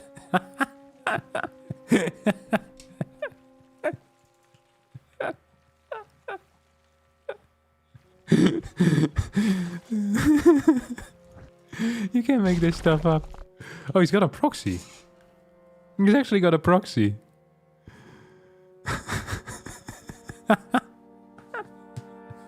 Dude, I'm cheering so hard for Ragnarok, like you can't even imagine. Like, usually... So, this is so funny to me, because this is not a weird score for Maru if it's someone that is like 5k MMR lower, you know? But Ragnarok is an actual top player, you know? Ragnarok is legit super high MMR. He's good, you know? He makes it into GSL finals, got top 4 in Katowice. So this score is freaking insane to have. Like, this is like if Serral and Reynor, and Serral just legit never lost to him. It's like, and you look at these players, like they're very close. Well, okay, not Serral and Reynor. But I mean, it is just really close. It is really close between Maru and Ragnarok. And I think Ragnarok as well has always had very strong Zerg versus Terran specifically. Now this 3-Rex is going to be quite difficult to deal with, as Ragnarok has opened up with a... What is this? A hatch first? No gas though, so that is something. It's gonna play hatchless 3 gas, I think. So I'm assuming we shouldn't expect another win for Ragnarok this series. Well, if I was a betting man, I wouldn't be putting a whole lot of cash on Ragnarok now. But this opener is actually okay. Oh, wait. I completely misread this. Sorry. This was a 15 hatch. This was a 15 hatch, 15 pool. This is a... I'm not sure if this is a build order win, but this is really close to a build order win. Like, really close to a build order win, because your pool finishes 10 seconds faster than it usually does. Queen is going to pop out 10 seconds quicker. If you don't lose 10 drones here, you're absolutely fine. And I think he shouldn't be losing any more drones at this point. I think he should just be going back with the drones, to be honest. He's gonna fight some of these SCVs, and that goes okay, but he lost 7 now. Lost 7 drones in the end. I think he should have returned back home after he lost 2 drones. 5 extra drones is quite a bit. That is significant. And almost feels like Maru can just transition out of it. I think this is a build order win. Gasless 15 hatch. Did I say hatchless 15 hatch? In that case, I'm an idiot. And I'm sorry. But I meant gasless 15 hatch, yeah. Ah.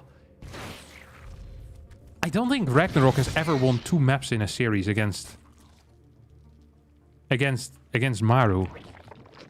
That would have been something, no? We would have witnessed history. We actually would have witnessed history.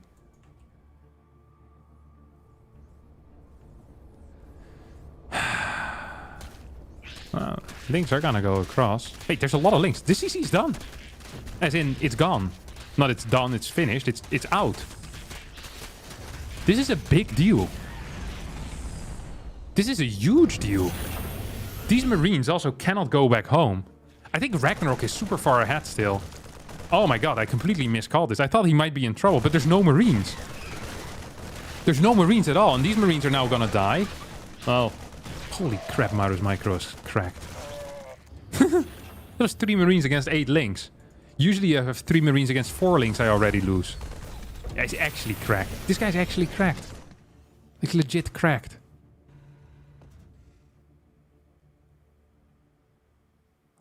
Holy cow. Now he's gonna go into triple CC. So, if you think about this, like, from Ragnarok's perspective, right? You know the timing on the tech lab, and you know when the barracks come home. So you see it hadn't started yet. You can literally just count 100 seconds. And he's also seen double reactor. So he knows that the best thing that can happen for Maru right now is that in 100 seconds, he's going to have stim with maybe 12 to 14 Marines. Medivacs won't be out. It's just going to be stim Marines. That is it. That is all he needs to prepare for. So right now, Ragnarok can drone up to...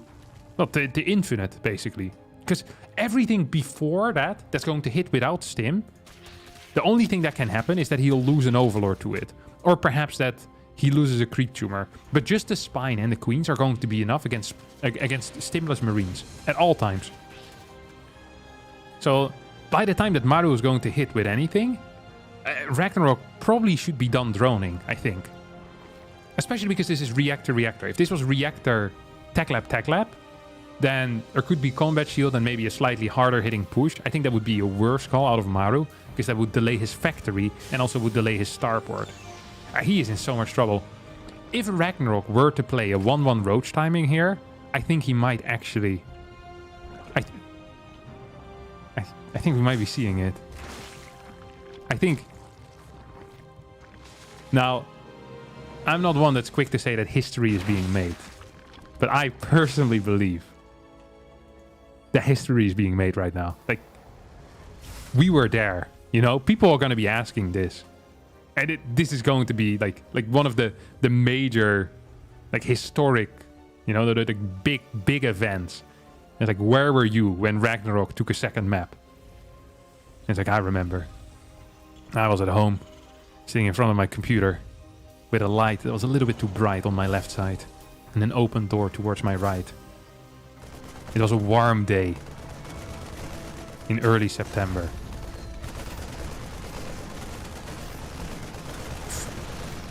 Overseer does get taken out. Now, let's not get excited too quickly here, okay?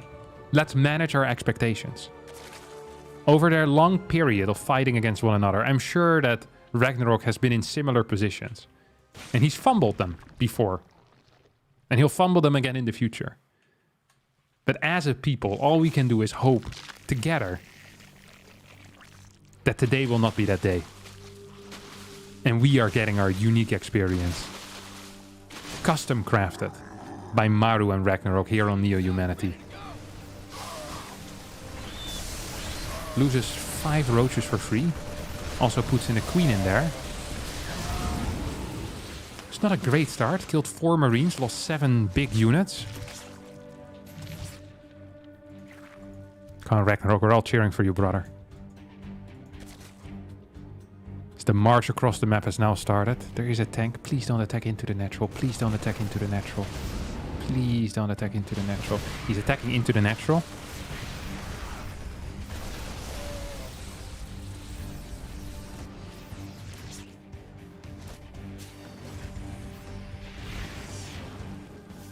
The depot wall is being taken out. 1 depot has fallen. Yes, 5 roaches also go down. We have a flank coming in.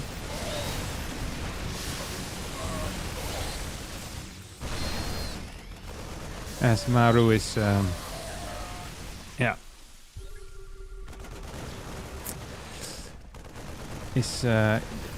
Maru is closer to killing Ragnarok now than Ragnarok is to killing Maru at this moment.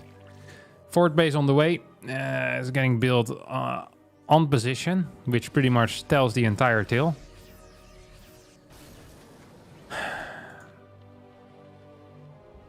Now, I'm not one that's quick to whine, but if you have a start that is this poor for Maru, you make this many bad decisions in your life, and you reach the, you know, I feel like Zerg should just get the W at that point, you know? If the game doesn't end within 6 minutes after proxying 3 barracks on the other side of the map, I think Zerg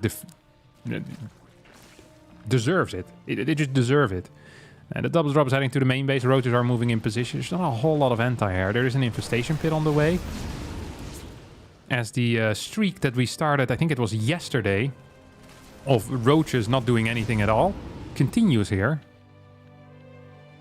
Yesterday it was against Cure, where Ragnarok played in the first 4 games, 2 games of Roach, 2 games of Ling Bane, won all the games with Ling Bane, lost all the games with Roach.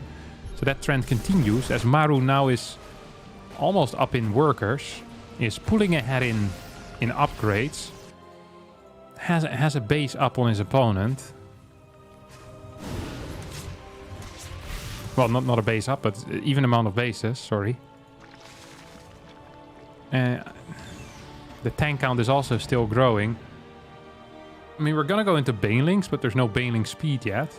There's no Baneling, no, there's a Baneling nest. No Baneling speed. Baneling speed is very important, because without that, Banelings suck balls.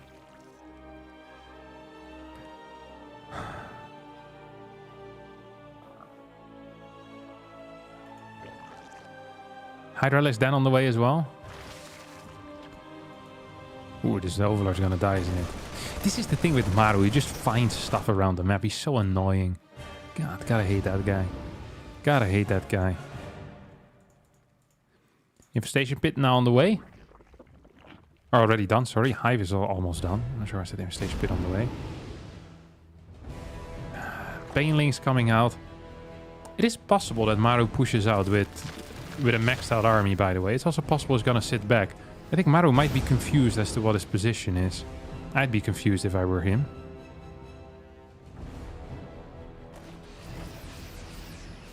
So we're gonna see Hydra, Ling Bane, Viper. This is my favorite composition. It's a composition that is extremely popular right now in this matchup. Still needs the Hydra upgrades before he can get there. Like, all these roaches have been completely useless so far, let's face it. The Roach has been a terrible unit. It's not been doing us any favors in this game, in this series. Just in this matchup altogether. We now have a Spire on the way, so we already have Ragnarok with thoughts of a late game. I like where his mind is going. I don't like where this game is going, though.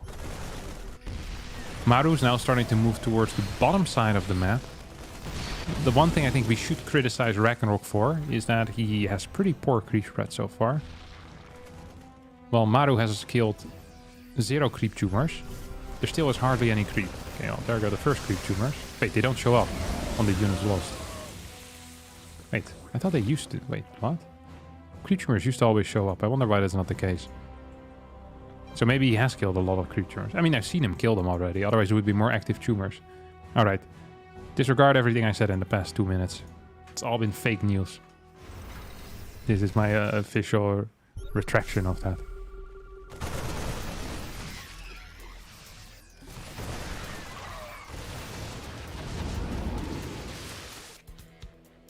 Vipers in the main. Double factory transition coming in right now. As the 5th base finishes up. And I'm afraid we're heading into a camping late game, which is probably where Maru is best out of everyone. I don't think there's many players that are better at sitting and doing nothing than Maru. And I definitely don't think that Ragnarok is better at sitting and doing nothing than Maru. So that would be very frustrating. Here we go, big attack forward. Can we get some parasitics? Can we get some parasitics? No blinding clouds perhaps? 1, 2. It's gonna get an okay trade here. Kills a couple of tanks. This is actually an okay trade. For how bad his army looked to me. He's not doing a terrible job. He really isn't. This was way better than I thought this would go. Holy crap. He was down in upgrades as well during this fight. How did this happen? Ragnarok. Now, I don't want to jinx it. But he's owning his opponent right now. Complete destruction. It's not even close. Maru in shambles. This guy is washed up. Bow to the new king. It's our boy.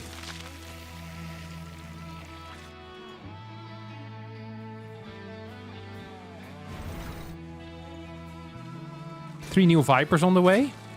91 SCVs. Now, Ghosts are in production, and that is scary.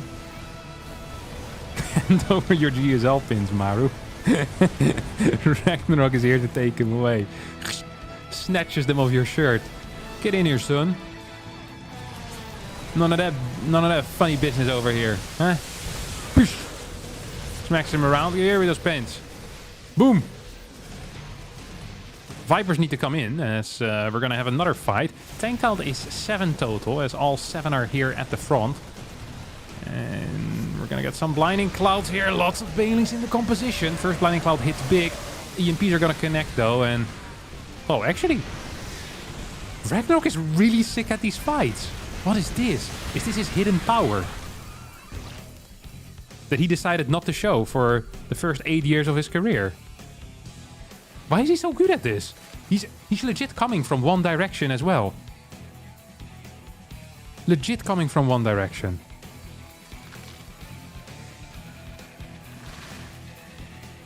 Now, resources lost is actually closer than I thought it would be. I was gonna say it's probably still quite far apart, but Maru's not in that great of a spot. He does have the triple factory, so can produce tanks. 4 factories is producing tanks at a very high pace. Hellbats now are joining in on the fight as well. It's going to be great against Lynx, especially once Infernal Pre-Igniter is done already. Wow. Okay. Hellbat's going to be very useful here in them battles, as we do have a scout on that right side. It's so difficult to attack on these maps, though. Like, it's so difficult. People underestimate it. They look at Neo Humanity and think, oh, this is a good map. But it really isn't a great map to attack on. Not in my opinion. Here we come from 2 sides. Vipers moving in positions. Looking for the Blinding Clouds. Dodging the EMPs. Dodging the EMPs. Lag, lag, lag, lag. As the Banelings... honestly, get okay connections. Ghosts stay alive, though. Tank count gets reduced. Resources lost now a gap of 5k. It was 3.5k earlier. So it is slowly but surely kind of tilting into Maru's favor. On top of that, he's now moving forward again. He's gonna perhaps take out a base. Needs to be careful, though. A bit too aggressive, perhaps. Hydras do not quite get these ghosts, but that was a nice little fight. Still 5k. So a cost-efficient fight, which is what we don't see all the time. Baneling count is fairly low, though. That's what we call an issue. There's 34 more Banes on the way. Ghost uses his nuclear launch detected. His nuke ability. It's going to land over here. We'll kill this base. This Carrion decal gets taken out. Instantly gets rebuilt, though. Do we have Vipers? No, there are Vipers. They're moving in from the side. This is a good position. Gets a single Blinding Cloud. That's it. Don't think that's actually enough. Flank comes in a bit late as well. Banelings don't get the connections as a result, and well, Ragnarok is gonna try to commit here. If he doesn't kill the planetary, though, that might be a mistake. That was a mistake. Okay, I think that was really bad, actually. It's not capable of insta-remaxing. If it was capable of instantly remaxing, this might have been much better, but it's now gonna lose this base once more. Hydra's being taken out by Ghost, and I almost feel like Ghost can fight this. No, they can't. Not quite. Another pickup as the Ghosts stay alive. Tank moves forward. More Hellbats moving in. +3 vehicle weapons getting closer and closer to finishing up. As Maru just continues pushing through the same road again and again. At least it's not a camping game, though. We've literally been seeing fight after fight after fight after fight after fight. And I appreciate here what Ragnarok is doing. He's gonna take out one of these side bases rather than going through the middle and once again losing stuff. He decides, you know what, I'm gonna actually take out one of these bases here. That might help me out. There's a bunch of workers there, so that's going to be great. As it is going to get exploded. This Hellbat Marauder army will get taken care of as well. the hatchery does end up dying. Goes with a big EMP once again on those Vipers. This is such a huge move every single time. The one thing that Maru is lacking, though, is command centers. He has orbital commands, 6 of them, but he doesn't have many like leftover command centers to easily retake bases. So clearing planetaries is actually kind of big. The next fight for Ragnarok, like with all that being said, needs to be perfect. And when I say perfect, I mean he needs to he just needs to win the game. If he doesn't win the game with the next fight, or like take a significant lead, he's dead, because he can't take the left side base and he can't keep the middle going. It's gonna start with a flank. This is moving through some of those liberator zones. I'm not usually fond of that, and I think Ragnarok is being bled dry here. Yeah, got a couple of okay splits on those ghosts, and that means they will most likely stay alive for long enough. Liberators now sieging up. Honestly, Maru getting pushed back very far, but not far enough. Maru ends up losing this game, or sorry, ends up winning this game, and Ragnarok, despite a brilliant start, ends up throwing it out of the window with roaches. Now, if I were Ragnarok's coach right now, what would I tell him? I'd go up to him. I've been sitting behind him, you know, watching, tearing out my hair. Basically bald at this point. I have no more hair. I'm wearing a cap, maybe. I go up to him and say, Ragnarok, mate, listen to me. Your early game, brilliant. Your fights, once Vipers are out, fantastic. How about we merge these two concepts and we play Lingbane from the start rather than going roaches, okay? And then we get into those Vipers as fast as we can, is what I'll tell him. So you win the early, listen to this, okay? This is how I'm coaching you. We win the early game and then we go Baneling, rather than winning the early game and then throwing away with roaches. Then we tech into a hive. We don't attack into our opponent until we have Vipers. We defend with Lingbane the entire time. Lingbane Queen. And then once we get Vipers out, we start making moves to planetaries, okay? Because he's sick with the Viper control. I don't understand quite what he's doing in the fights that is so good, but he's playing some freaking fantastic StarCraft when he gets to these situations, but he gets there being down like 5 bases, 30 workers. Maru's like swimming in the cash. This guy's freaking dead. Yes, thank you, Catbird Sis, once again for the 65 Swedish kroner.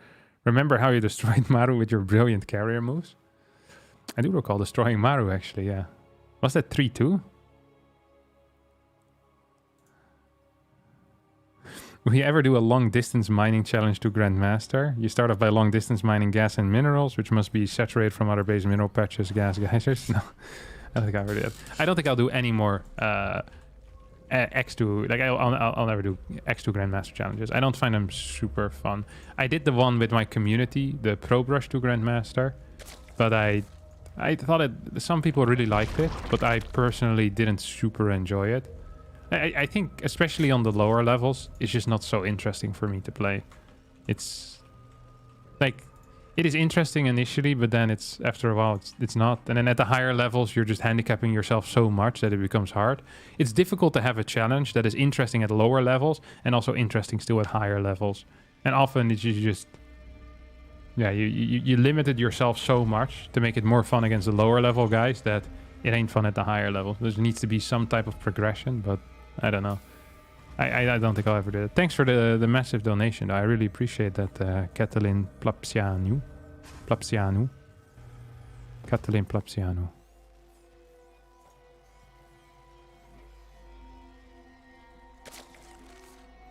All right. In the bottom left, the man that has won 17 series in a row versus his opponent. His name is Maru. Ooh. Wow, crowd doesn't like him. And in the top right, spawning in the blue color, phenomenal Zerg player, the king of Lingbane. Often tries to sandbag games by playing roaches. The man, the myth, the legend, Ragnarok. Woo! God, absolute crowd favorite over here, Ragnarok. That's crazy to see. You wouldn't have thought it. You wouldn't have thought it. You say, well, Maru's won 6 GSLs, you know, the people love him, but no. The people know what they want. And the people, they want Ragnarok, and they want it now. They want Ragnarok. Oh, was this gas first? This was gas first indeed.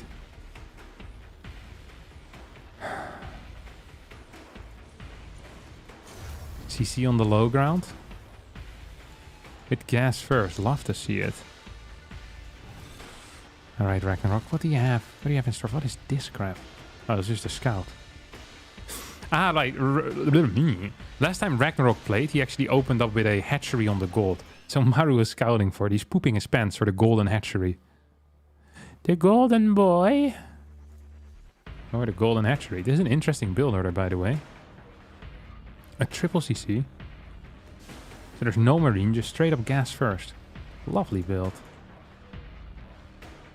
Lovely build indeed. Lovely build. Lovely build. I think this was gas first at least. I could be wrong. I'll have a look at the build orders. Okay. Now, what is our setup going to be here? We're rushing out a lane. Ooh. Okay. This is where Ragnarok shines. 2 base Mutalisk. Okay. People often ask me, it's like, Harstem, if you were to rate Ragnarok styles, you know, in order, what would you rate number 1? Now, if he has 3 styles, and those are Roach, Lingbane, and Muta, I'd say Roach is the lowest. There'd be a separate tier for how bad Roach is. So that's tier 3, but also the lowest. Really, it's not in the same scale, you know? And then second place would be Lingbane, and then number 1 would be Mutalisk. And then in particular, the 2-base Muta plays that Ragnarok pulls off frequently. Now, you guys know that I don't use the word inspirational lightly. But that is inspirational. Ooh, here we're gonna have a bump. A bump? No bump. I thought he could bump and run by, but he doesn't want to go for the bump and run by. Reaper on the way towards the main base. He's gonna have a blast here, trying to get up here. Whoa, Ragnarok! The Ling moves today are on point. People look at a game like this, and if the names were covered, you'd think that Ragnarok is like the Grandmaster, and Maru is, you know, he's being made look like a gold player right here. He's like a gold player. That's what this looks like. The difference in skill is astounding. Spire on the way, halfway done. Maru completely clueless as to what is kicking off. He hasn't no idea. Look at this. Ragnarok doesn't need to gather information. Information just comes to him naturally. That is how he rolls. This is going to be... What is this? What in the actual hell is this?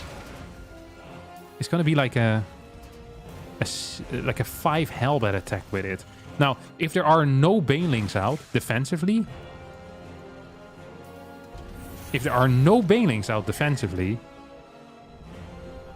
I think Ragnarok could die. But then the Hellions are not moving. Why did he build an armory to then not morph the Hellions into Hellbats? +1 hasn't started yet either. This build seems largely improvised. Overlord's gonna get taken out. That is frustrating. You have Baneling speed on the way. The first Mutalisks are out. That's 8 Mutas for you. Mr. Mutalisk for you. Come on, build some Banes. Please build some Banes. We need the... Oh my god, it's gonna jump on this. It's gonna jump on this. Hellions not morphing into Hellbats quite yet. Ragnarok with an interesting call,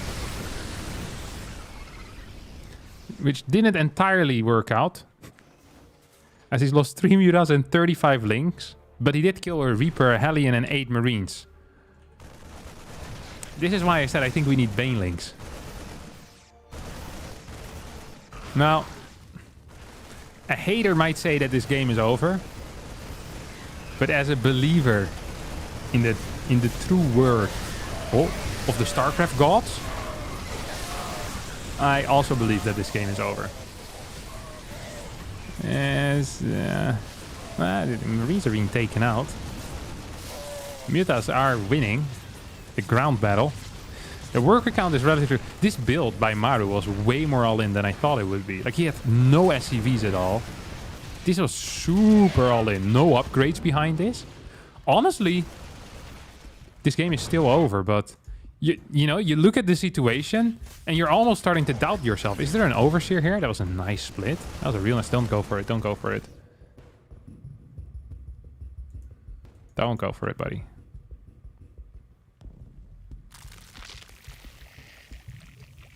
Yeah, oh, it does get a kill there on the mine. Didn't think 5 meters would get that while it's burrowing, but he did. Please don't fly through the mines. Please don't make the mistake. Don't make the same mistakes that I've made in my life.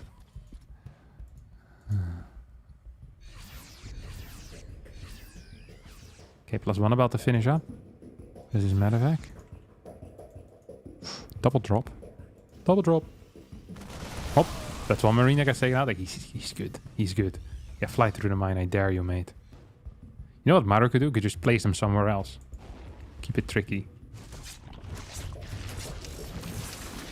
Come on. Oh.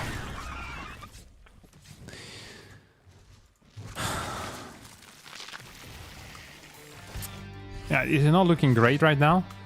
I think Ragnarok is setting up for an all-in with +1, perhaps. I actually believe if he would have fought this defensively, he would have been in a great spot. But then he didn't fight this defensively, and then he ended up losing.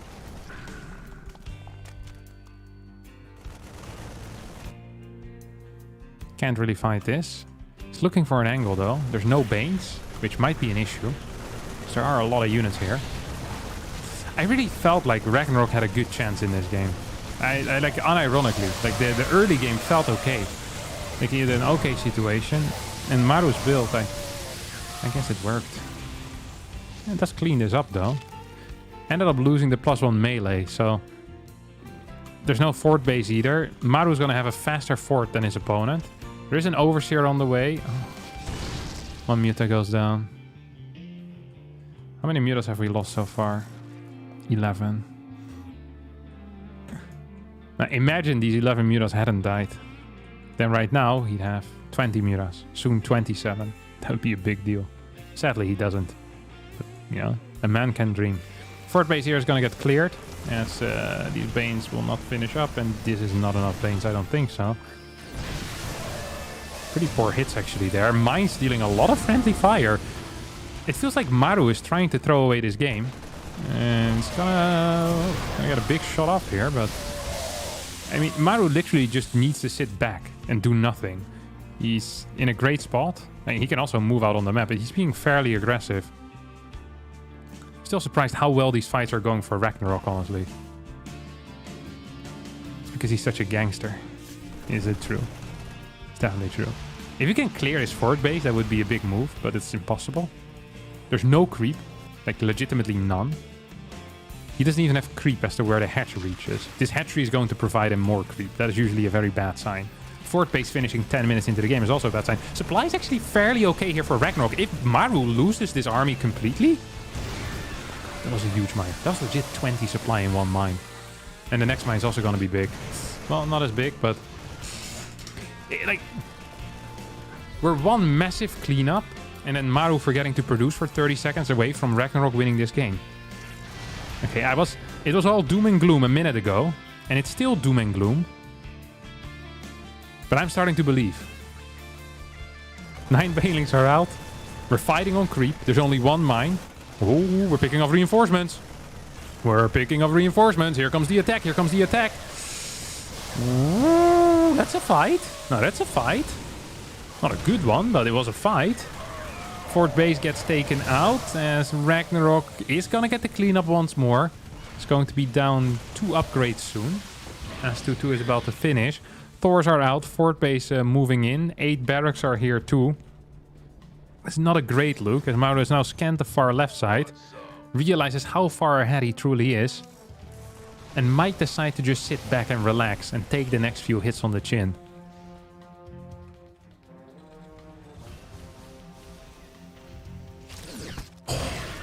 Nasty.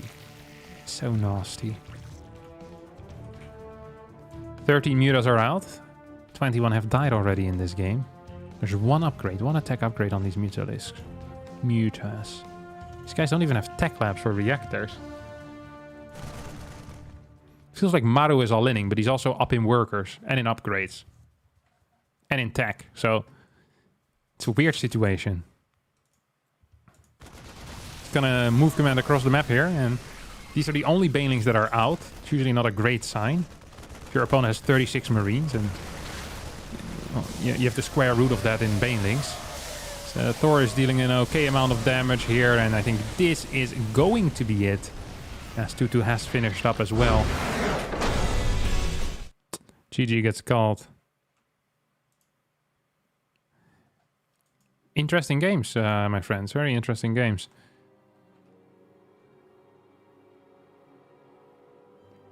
Yeah. I'm honestly kind of sad. It really feels like the first 5 minutes are fantastic for Ragnarok. Like, as long as nothing happens, Ragnarok is one of the best players. Like, his early game seems very good, at least. Like, he's good against the Hellion harass. He understands what to do in his builders, and then he just, I'm telling you, like, he just goes across the map. He has this urge to lose units in the mid game that I don't quite understand. I'm telling you, all he should do is sit back and absorb. Drone up, get the Vipers, and win the game. Like, legit. You just absorb. Absorb, absorb, absorb. That's all we want.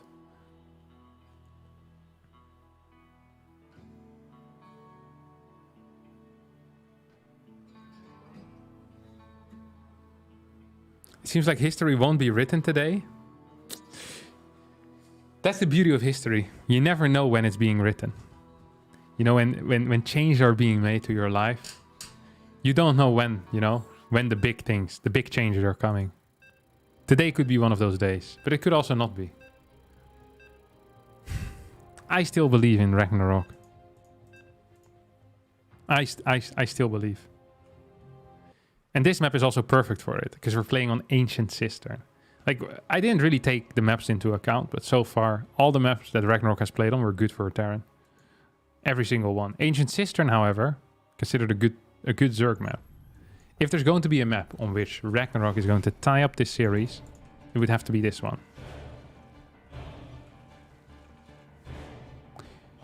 Alright, ladies and gentlemen, friends, family, and other creatures of the sea.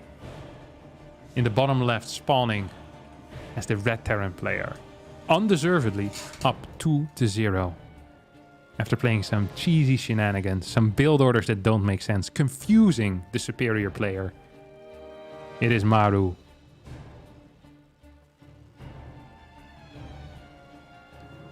And in the top right, the man, the myth, the legend.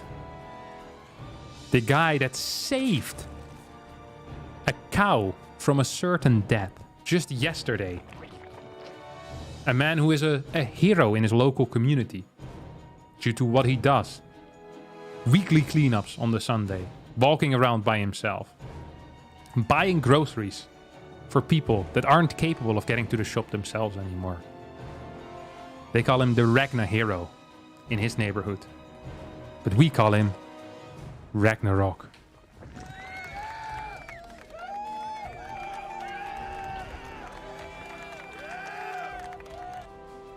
You never heard that Ragnarok saved a cow? That's true. It's definitely true. You should ask him about it sometime. He's a lover of animals as well. He saves them from a certain death. He lives nearby a slaughterhouse, and he goes there and he buys a cow every couple of weeks. Then he sets it free in the wild. So Korea now has a significant wild cow population that just roam around. This is a true story. I wouldn't lie to you about something like this, would I? Such a weird lie as well to make up.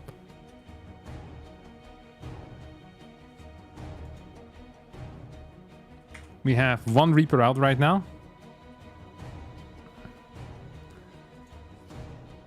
Hello, Harstem, man. Thank you for streaming for us again. Love you. Thank you, Merlin All, for the €5. Appreciate it, buddy.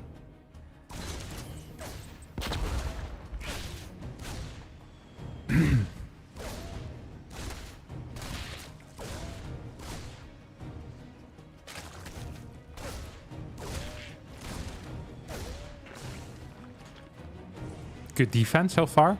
0 kills. Sometimes I play against the first Reaper. I lose 3 drones, a queen, and 4 links. So this is at least better than what I do on a daily basis. Thank you, Code, for the 199 as well. Much appreciated, bud. Very kind everyone so far. Triple CC coming out of Maru. It's gonna get scouted by Ragnarok, who has a 1-track mind. And that mind is set as scouting. It's getting link speed, so that most likely means we're not going to see a Roach Warren. This is something I'm quite happy about as well.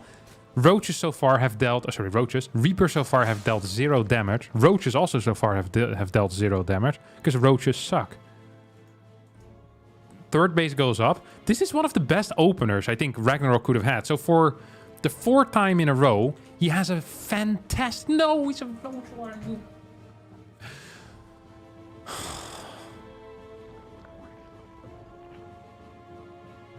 Why do you play with my heart like this, Ragnarok? Why? What in the world is Maru playing?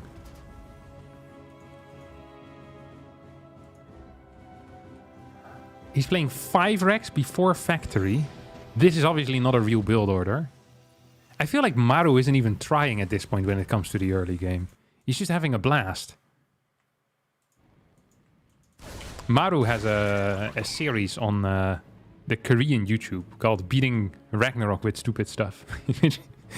He tries to see how far he can push the envelope before he ends up losing. Today I'm gonna fail with 3 Rex and I build my CC on the low ground. And all his fans are like, no way. No way. He does it again. Yeah, come on. Dude, like he's cutting workers like mad. What is this build? I can't believe this. Ragnarok doesn't quite get the surround. Was close, but not quite. Ravagers moving across the map. Stim is going to finish up, and Combat Shield is not here. Like, this is so unlucky for Ragnarok as well. Like, actually so unlucky, because this build would have been good against like a triple CC 2 Rex, but it wasn't so great against this particular setup. Oh no. Oh no. Stim did get used pretty quickly though. Here comes a surround. Second Stim will need to be used soon. Maru perhaps overextending a little bit, or a little bit. Quite a bit perhaps. One more Stim needs to be used shortly, perhaps. Factory does go down. Ragnarok still committing here to the play. Has 2 Ravagers out, no more Roaches behind this, so it's going to be pure Ling with these 2 Ravagers. Now starting to produce some drones. Combat Shield finishing up. I can't believe how lucky Maru got this game. Getting the perfect build order against what Ragnarok was doing. Like, legit the perfect build. If he's playing a 2-1-1 type of follow-up, I think Ragnarok might just blindly win the game. Now, of course, you could say Maru did his research, but he just got lucky, let's face it. Let's face facts here. Ragnarok was the one that did the research. Ragnarok was the one that tried his best. He scouted, he tried reacting properly. None of this worked. You know what's the worst part now? Is that he has a Roach Warren, so I'm afraid that he's going to try and defend with Roaches in the future. So not only has his early game gone to crap, he's now also building Roaches. This is like the magical combination of things going completely wrong for Ragnarok. Oh, Paling Nest! We have a chance. Okay, we're still alive. We're still alive. Don't believe the hype. Don't believe the hype. Maru hasn't won yet. We're still in it. We're still in it. It is technically still possible. Is it likely? Yes. Very likely. Because once Ragnarok builds Ling Bane, he tends to not lose. Okay? It's gonna be up in workers. What he really needs, though, is Baneling speed. He's not gonna get that anytime soon. He's gonna need to get his upgrades going as well. Has a crap ton of gas in the bank. He had a bunch of gas just banking because he wanted to get Ravagers out, right? Like 4 or 5, maybe 6, maybe 10 Ravagers. He never got there. So now he has a lot of gas. He can utilize this gas for upgrades. So this technically was a very smart play. Pretty unfortunate, though, that this all gets scanned. So you see the Baneling Nest here. And we see a reactor. I think this was a response to scanning the Baneling Nest. Very cool. Come on, Maru. Come on. Sorry, come on, Ragnarok. Not Maru. I want Maru to win this crap. It's being ridiculous. Okay, we have a bunch of Banelings being morphed. Centrifugal hooks. Almost halfway done. Very close to being halfway done. This first push out is not going to be a killing move, okay? That's not going to be a killing move. There's enough creep here. A couple of overlords are in random spots that I'm not particularly fond of. We have a depot wall that is bustable as well. We have a Hydra then going up. Remember the theory here, ladies and gentlemen. Absorb and wait until Vipers. Absorb and wait until Vipers. If we stick to that theory, there is a chance. Okay, drop heads in towards the main base. Queen count is very low, only at 4. Ooh, some nice maneuvering here coming out of Maru. He's gonna lose 1-2 Mariners. There's just no queens here, which makes this a very frustrating defense. Hydras will need to come into play soon. Now, Ragnarok is down about 20 supply. Now, for the average mortal, that would look terrible. For Ragnarok, this is just another day in the office. Just another day in the office. He's gonna get his upgrade soon. Centrifugal Hooks has finished up. He's moving out of position with the Banelings. It's an interesting play that doesn't quite pay off. So he ends up losing a queen for... because of that. Creep also being cleared here on the bottom side. Ragnarok not finding the space, whether that be mental space or actually physical space, to squeeze in more drones. He's now adding 6. It's all fairly late as the fort base for Maru has already finished up. You don't want to be on 75 workers at this point anymore. You want to be going up to 78, maybe 90, maybe 95. I've seen Reynor at this point on 110 drones. That is not the case though. More creep is being denied. 17 Banes on the way. Perhaps a 1-1 timing attack is what Ragnarok is eyeing. I hope he is not, because that won't work. Doesn't have the queens to start respreading creep, but has a few active tumors that are now, well, 1 active tumor that is being sent out. This will get a pickup as we have a third. It's a 5th hatch. It's also an odd number though, so close enough when it comes to that. Come on, Baneling, roll to your destination.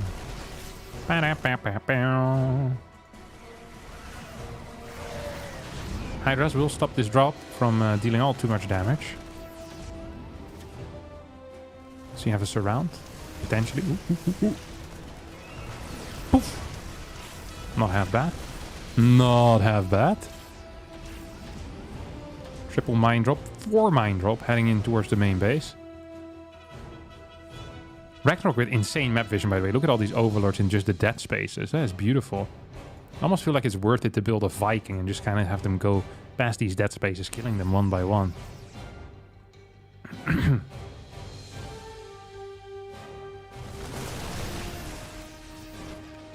Here comes a 4 mine drop. As a Ragnarok forgets to respond. There's too much action on the map right now. It's going to lose 10 drones. That's a big deal.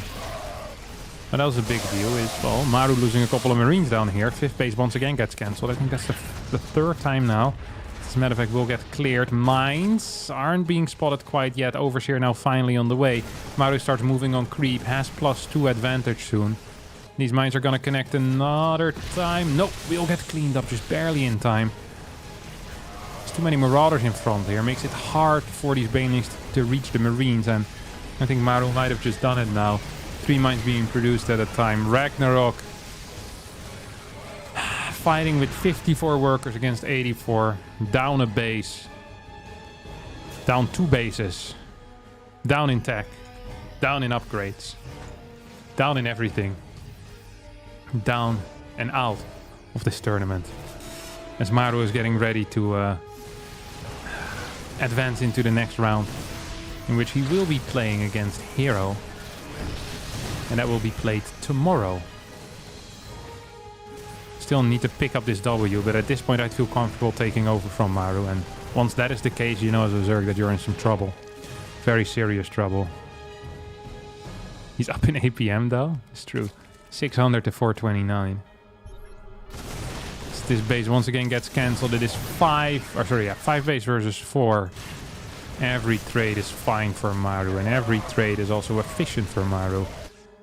And everything Maru does is perfect, and Ragnarok here is getting blasted accidentally.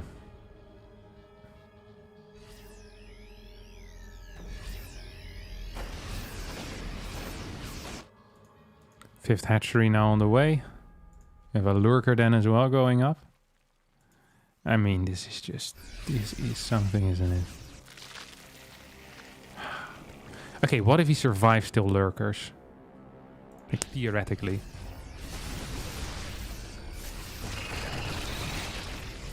Like, just surviving till lurkers as a concept makes a lot of sense to me.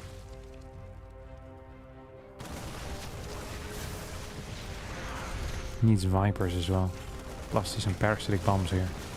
I'm just a huge parasitic bomb enjoyer. Can't help myself. That was a bad hit for Maru, but I think this game is pretty much over. As a reporter, shouldn't you be impartial?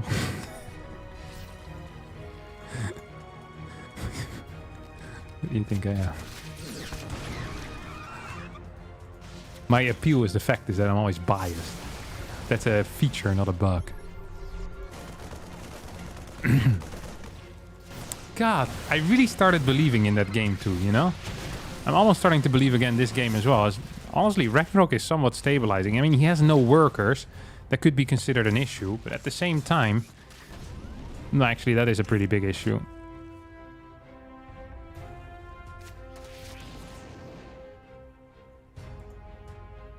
Fifth base finally goes up. 3 more drones in production. Hey, Ragnarok, I freaking love this guy, man. The grit that he has. Look at this.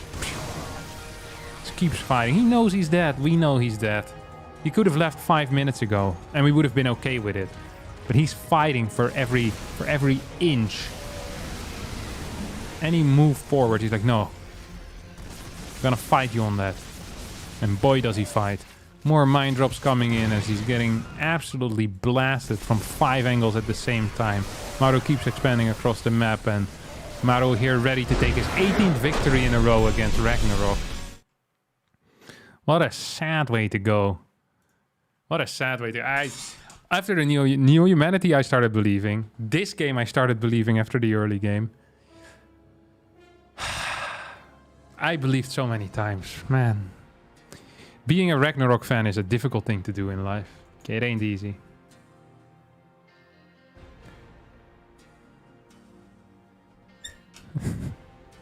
Please stop talking bad about Terrans. We're all very thin-skinned.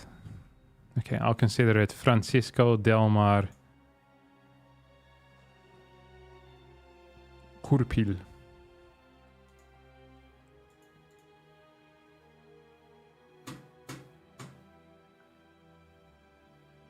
Who's the best player in the world currently?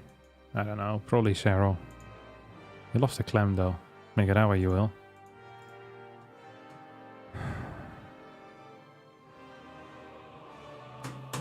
Alright. Well, I think that's it for today, no? I think that's it for today. I think I'm out, my friends.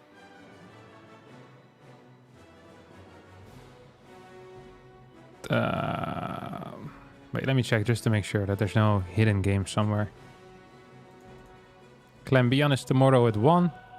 Max Specs versus Cures after, then Serral versus Dark and Maru versus Hero. I might not be capable of casting Maru versus Hero because I gotta travel tomorrow.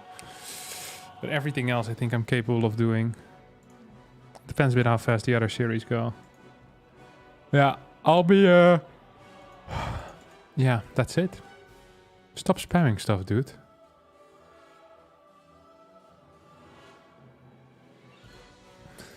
That's gonna be it for me today. My camera also died at the same time. Perfect timing. Thanks so much for watching, all of you. I hope you all enjoyed. If you did, don't forget to hit the like button, subscribe to the channel, and I'll see all of you tomorrow for another stream. Ciao, ciao. Thank you, Code, for the kind words and the $2. I definitely do beat Rogue, because Rogue right now isn't playing.